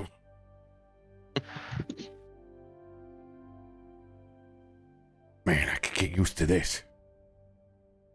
Oh yeah, we got room service again over here. Oh God, I'm gonna have to get some new clothes. These pants aren't gonna fit. I'm gonna be a grub in overalls. With you being the first up, Kazul, what would you like to do? Azul's actually gonna step outside because it's just as dawn's breaking. And he's gonna listen to the morning sounds. Taking all the senses, the smells, the sights, the sunrise, the sounds of the morning bugs. The sound of the mega static on your poor microphone. I don't know what's going on, but it's got a very breaker tonight. Could have been the fan in the background blowing at the same time. Brother, turn your fan off. Damn it, hold on. But it's hot in here. I know. Y'all gonna kill me tonight. Remember your one game with all the people who don't have professional equipment? Well, some of them don't. I was about to say, wait, It is very fucking hot here. Is that better? Yes. Thank you. All right. So yeah, all the sounds of the pre-dawn sunrise, smells, just all the senses at once. the cat waving its tail in my face. Little cat butt action. Mara. You're the next one up.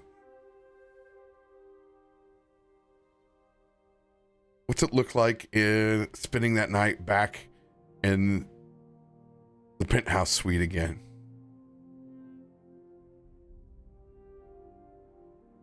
So Mara got to bed late, very late, but walks out of her own bedroom door, bringing the notes in her hand that she had taken to Kelraith to discuss last night, and just looking back over them, even though she's just frustrated. Just, you can tell that she's doing well having slept, like at least in a bed, but just, coffee. I just need coffee and dance. It just seems really withdrawn. Looks better than she has in a while on the outside, but just really withdrawn and kind of wound up. Just grabs a cup of coffee and heads back into her bedroom. Sayun, with the next one up with a 21, you would see this zombie Mara hit the coffee station outside of y'all's penthouse rooms and then just immediately return back with a stack of notes in her hand. You good? No. Okay. He peeks around to see if she turns around. Huh. She just kind of knocks the door shut with her elbow, doesn't even look behind her. As the her door shuts, Sayun pops back into his room. And he goes to his closet, looking at all his fur. Yeah, I can't do that anymore. He hangs his long sleeves up, and he grabs his gi that's cut off at the shoulder pads.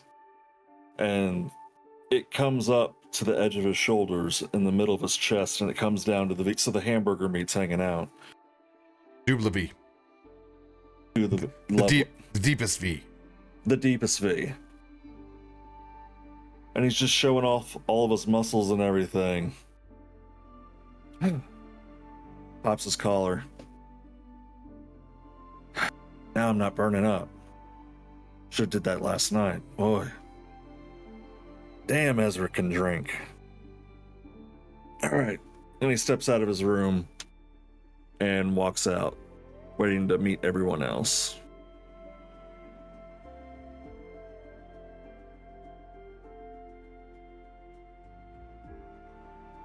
With everyone else kind of converging out at the same time, Mara, are you meeting back up with Kelraith first thing in the morning? Yeah, that was the plan.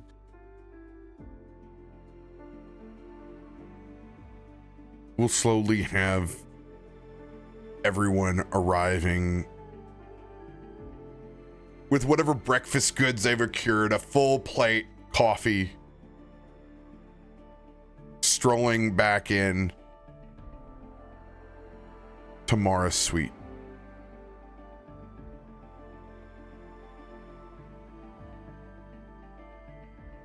Ezra arriving with a bottle of champagne, a fresh carafe of orange juice, and a couple of glasses, pours and makes that first mimosa as he sits down and crosses his legs. Oh, it's a hair of a dog kind of morning. It is. But I didn't pay rent, so F him. As he slides over the glass to you. So, what shenanigans are we going to get up to now? What's the You want the long plan? story? The plan. Kelraith and I were up. feel like the light was starting to come up, but we're coming into summer and light's different then. No, I kept going back over my notes. There was a name of the child. Alara. I couldn't remember who had been sent to be judged by Pharasma. I don't know if this is the last, vestige, broken phylacterum. I don't. One day I'll understand more about this, but that is what emerged when we thought we had been able to kill Alaric.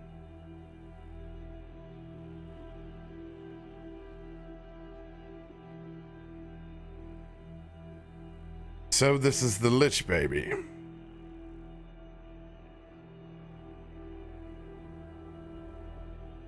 Kelrath. Are her notes strong enough to get a lead?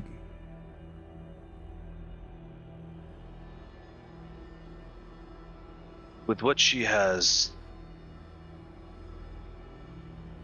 it's going to be close. Before breakfast, I went down to the chapel, and I made my morning prayers. I know right now up in the heavens in my stead the High Valoran is running things. I've sent word of what we know. Hopefully our prayers are answered and Heaven's scouts can pick up trace, maybe give us a direction or a rumor. Barring that kind of intel coming back, with what she's told me, I can try to use my blade and my connection to the primeval forces, but a name is not much to go on. Some characteristics. It would be a long shot, I think. If we're looking for a lich that's siphoned the souls of over 100 people, I imagine that we'll have a footprint here somewhere. That's why I feel asking for the heavens to assist was appropriate. But I'm willing to try to see if I can sense the echo that would be left behind such a being.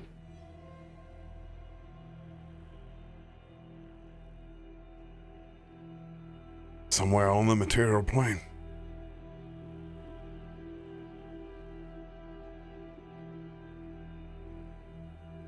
Indeed. It will take a moment to prepare the ritual.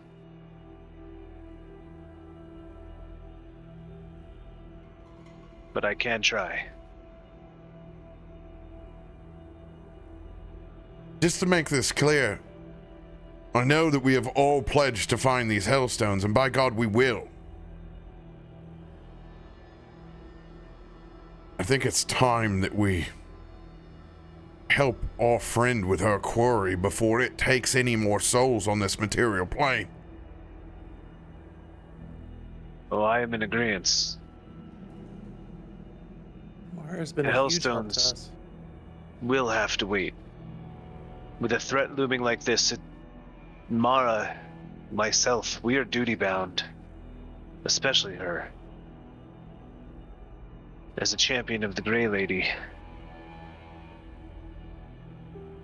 she can't stray from this quest any longer. Mara, you've been such a huge help to us and a friend. Like, there's no reason to not. Let's help. Let's do this. I wish that I had more to give you. You know, I kind of came onto this right before meeting all of you and everything that we've done. I kept going through my notes with Kelwraith last night, and most of it, honestly, is just scratch. Oh, I've spilled things on it. I really need to kind of get better about how I keep my things. My weapons are always in prize form, but that's kind of it. But no, I heard there was a girl who had wild magical abilities named Alara, who'd grabbed the attention of Alaric. That's why he'd kind of chosen her. So who knows how powerful. I mean, it makes sense then. You know, for a 12-year-old child able to wipe out 100 people. They've got that much power in them to begin with. No, but the notes, she had been blonde and had green eyes. But she'd had kind of mottled skin. Parts of it, like, that were just lighter than others and parts that were darker than others. So she, at least, was a bit visually unique. Let's be honest here. This isn't a child that we're dealing with. This is a entity masquerading as a child. It's made worse that the fact it's in the body of a child. I just don't understand. Yeah. Yes.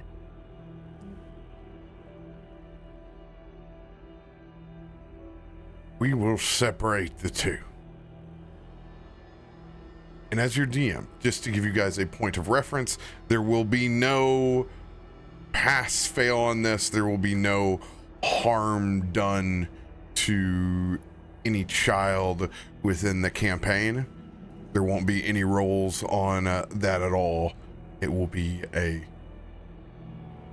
predetermined separation where they are not within risk. Great, so Kelwraith is still the only person that's ever accidentally not let a child live. Great. Nobody wants to jump in this boat with me. You own I am that. on day one. You own that. I didn't think when we were doing it that all of a sudden that was going to happen, and then I go... Nat 1's happened. Nat 1's happened, I think, back to back for that to happen. And I go, oh, well, that turned a moment against my rules. Yeah. Oop. Here's your dad.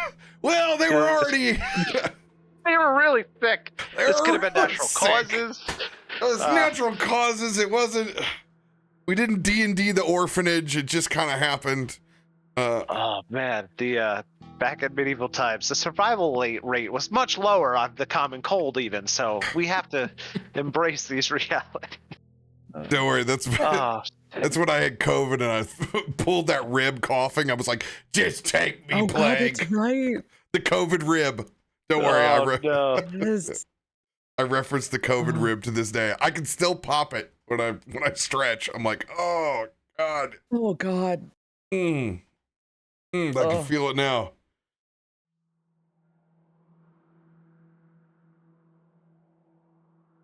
It shouldn't be that hard to find the trail. The problem is the trail is going to be hard to find inside of this world where we're at. Faltura is no small planet.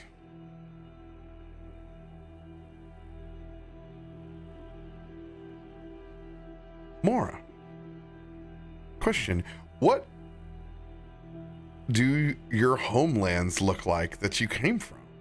where you were tracking this lich, please? From the boneyard or where Mara was previously? Before stumbling into the Fae. Boneyard's its own place. But it was a whole, like, Mara had previously been, don't know the name of the city that she had been, because she never made it to where the child was, that had supposedly wiped out this town. Okay, got it. Got it. Okay, that's what I need. She was on the way, stopped here, because it was, she knows that it was a town amongst a huge body of water. And so hey, guess what? Huge body of water, and then it gets sucked into everything going on because of this ship. But just knows that it was a town of approximately like 200 people, probably within a full days of where she had been. But it's just one of those, you don't know the area and you're talking to people trying to figure out any kind of information. So, yay.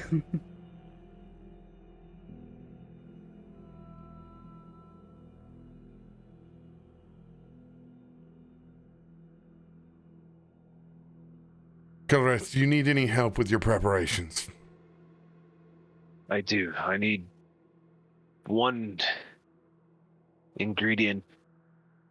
I'm sure Caleb would have it as the master potion mixer.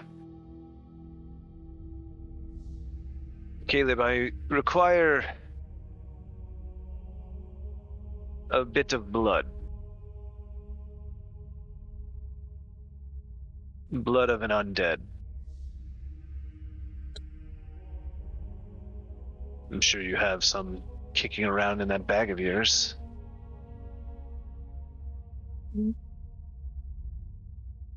Let me check.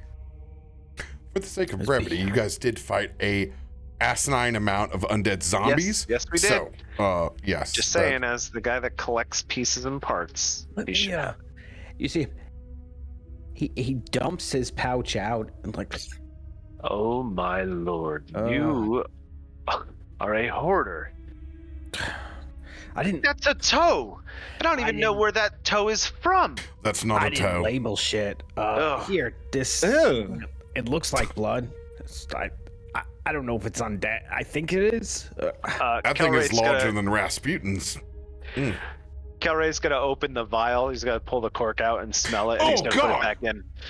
That's why would you do definite. that? It is undead blood. It will do. That's an undead. And I thought like snake wine was wrong, or the tiger one. Ugh. Or the person that has all the stuff to label things. Why don't you label any of this? I still can't tell if we're looking at or. This is how he's so good at mixing potions. He just uses random ingredients the whole time. He just reaches in and he's like, I think this is this, and that's why it turns out so well. Or it blows up. They were both red. He just shovels everything back into the bag in a swoop. It's what we call a wild meth table. There you go.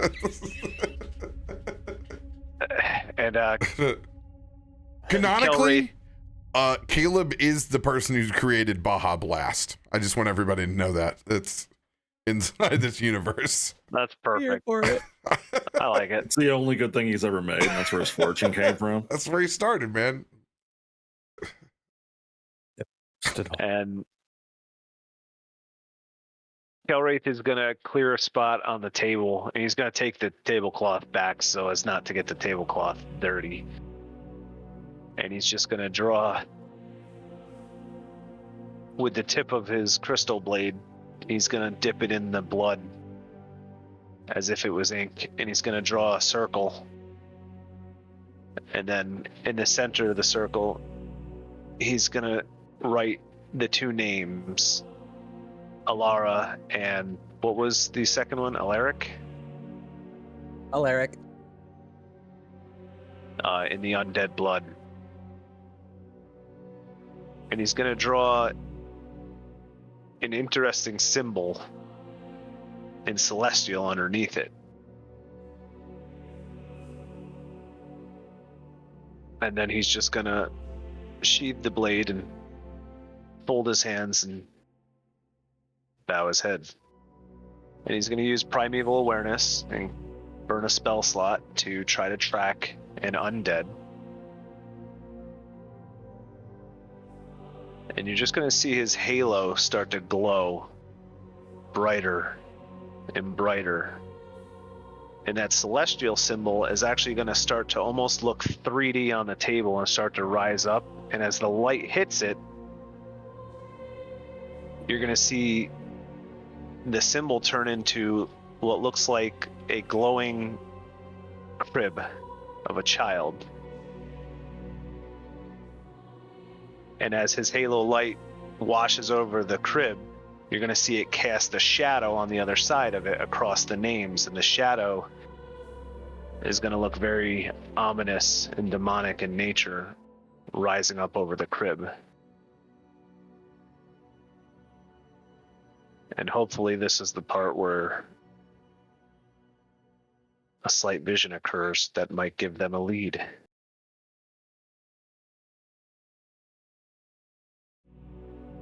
Three-part skill challenge.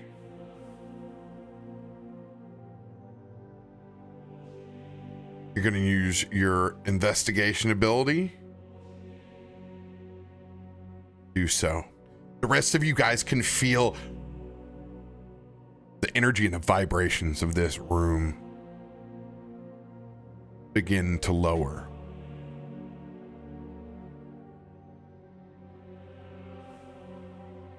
Kelwraith, let's go ahead and get this first roll. Investigation. Just flat roll? No, this is your investigation dice.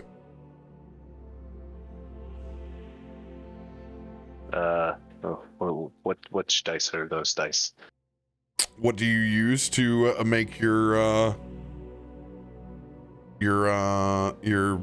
stratagem or your check? It's your intelligence modifier plus your proficiency. I'm trying to think what it was. What we had been using, you mean like what was that we had kind of replaced that with? We use your sword for a lot of things. Yes, we were using the sword. I didn't know if you wanted an actual investigation roll or not.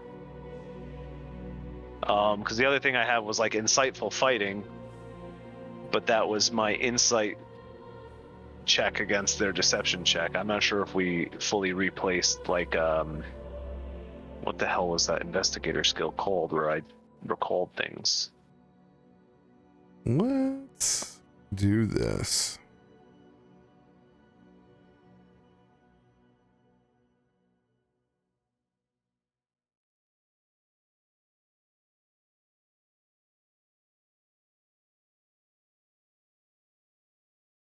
We're going to put this under... Or I can do religion. We're going to put it just under strong. navigator tools. All right.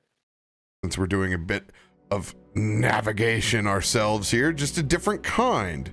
All right, so you will be expertise, your intelligence. There we go. It's in the first page of attributes on your character sheet, the bottom left-hand side. Love it. All right.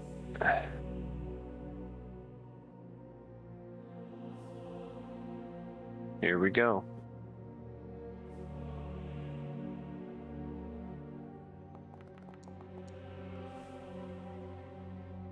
$25 is a success. The first thing that you all notice at the start of this ceremony, all of the lights inside of the room flicker and then they go out.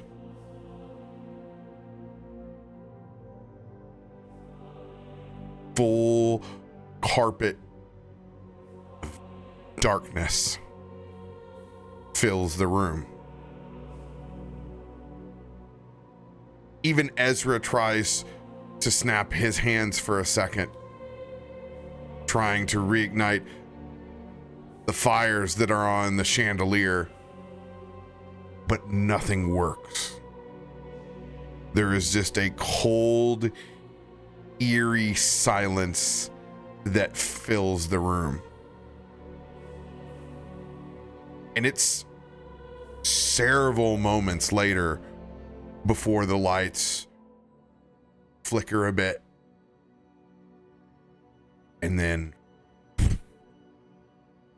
reignite themselves, but now very different as this haunting glow fills the room. Continue on your ceremony.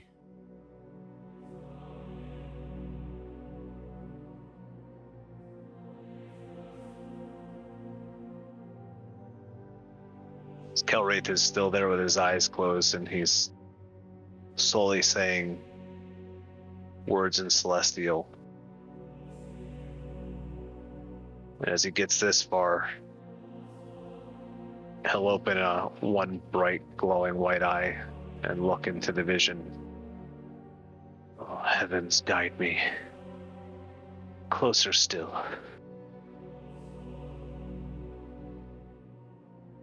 And he's going to strain a little bit as he pushes, because this takes a toll on him.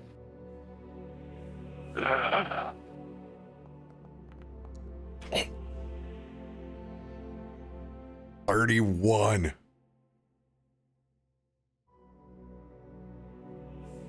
You guys all notice that there's this celestial ring that seems to surround everyone around the table. As you guys notice this light protecting you in the darkness, as you guys are no longer inside this penthouse, as it seems to be a combination of the place that Kelwraith is searching for and the room that you're in.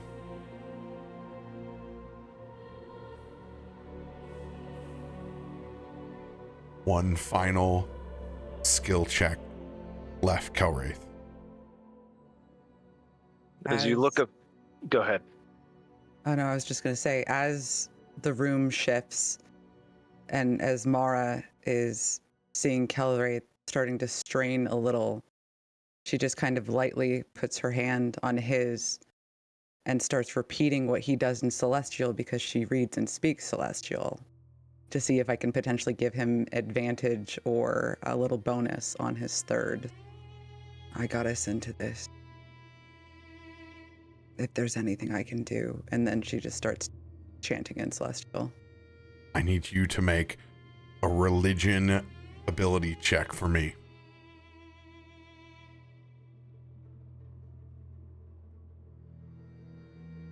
Not good. The paladin are you? Ability check.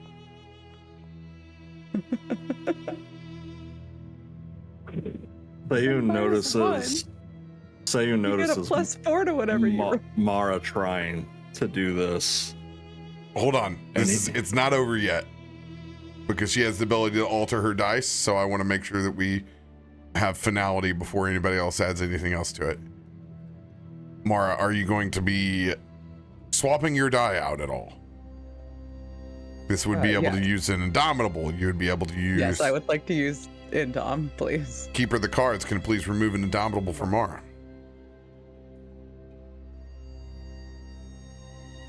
Done. Go ahead and make that roll. Now, Sayun. Sayun's gonna notice Mara struggling and hear her try to keep up as he too speaks Celestial.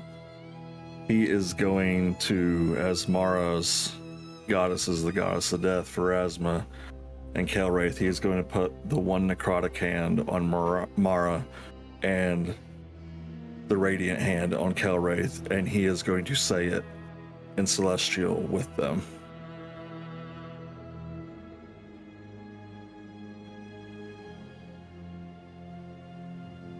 Go ahead and make a religion check, Sayun.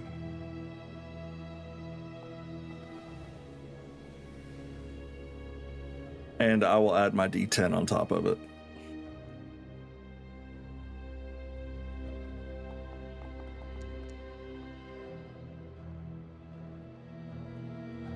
$21.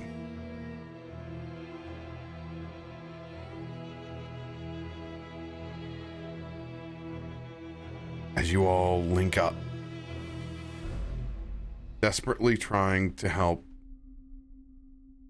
Kelwraith in this ceremony that you can see the stakes are already high.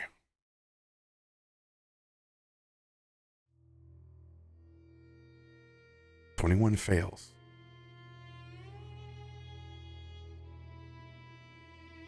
As you notice, it's a good thing that you all have begun to assist, as help has been needed to maintain this circle. You can see wisps that look like your spirit guardians, Sayun, wisping and whipping around us as we travel through their ascendant plane.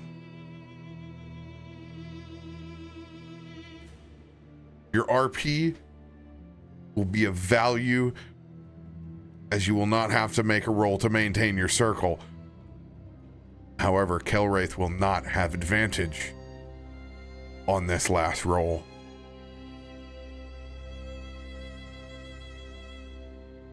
Kelwraith. And as Cards. anyone that has their eyes open, I know Sayun and Mara have seen it and why they chose to assist, but Kelwraith's brows are full of sweat as he kind of strains under the pressure of what he's trying to do and what's pushing back. And that glowing cradle at the center of the ritual gets a little dimmer. And you see those shadows now coming from the other side toward Kelwraith. And these two shadowy tendrils with clawed hands are literally, you see them coming up the front of Kelwraith's armor and start to almost grasp around his neck as he makes this final roll, trying to push back the darkness and see what he can see. Heavens protect me. Heavens protect me. Oh, don't let them in. The light guide me.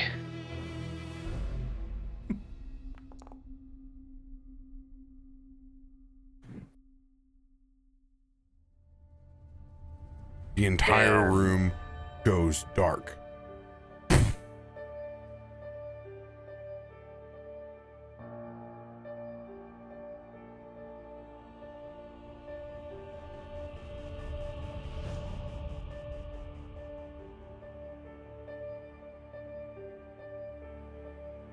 And then after about a minute passes,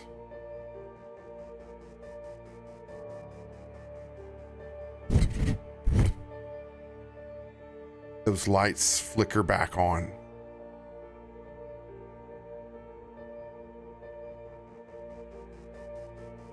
Ritual has failed.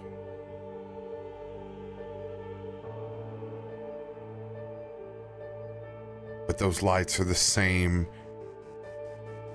ethereal color that you saw, and you're in a room that you weren't in before.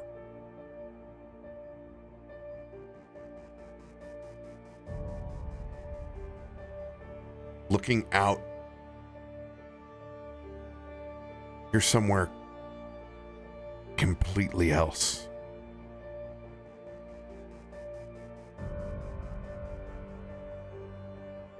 As you guys open up your eyes,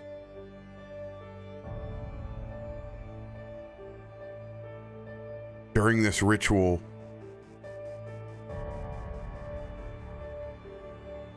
you've been transported to a memory.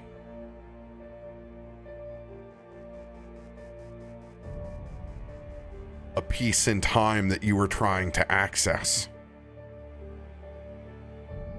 Your bodies physically are back in Galaadluuran. But you all mentally are inside a prism of darkness. The smell of undeath is strong. Mara, this is that town. Kelrace tracking has led you into the moment in time in which the incident has occurred.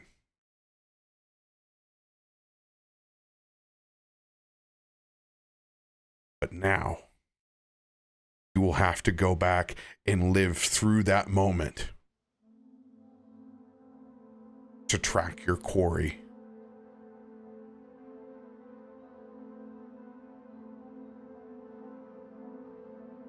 If you die inside of this prism, so does your body on the material plane, as you will receive unresisted psychic damage to your body.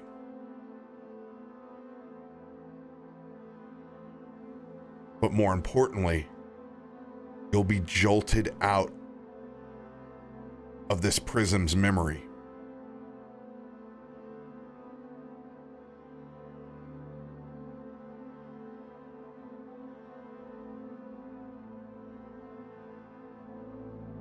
As you guys walk out into the streets of a city that you do not know. Ads just popped. I'm aware I can't do anything about it. It's not giving me the update.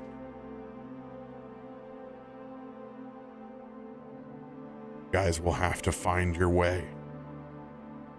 Discover the clues inside of this city. And be able to track where this lichling has gone. As you guys will live through the moment as it happens.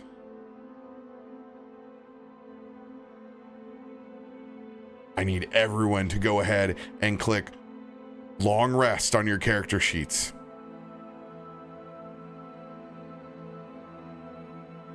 Long dark rest. Long dark rest. I see you, feudal matrix. This is where the VOD will end for this evening. However, we are going to get all of your characters leveled up and ready to go with all your new abilities while everyone's here. Nice. Next session, Awesome. we will be going in to the memory, tracing down the quarry of your lichling to find out where they are inside of Faltera. So we're gonna love you and leave you, but we'll see you guys next session. Much love, everybody. I'm sorry. I apologize ahead of time. Dude, this is all me. This is all my apologies, man.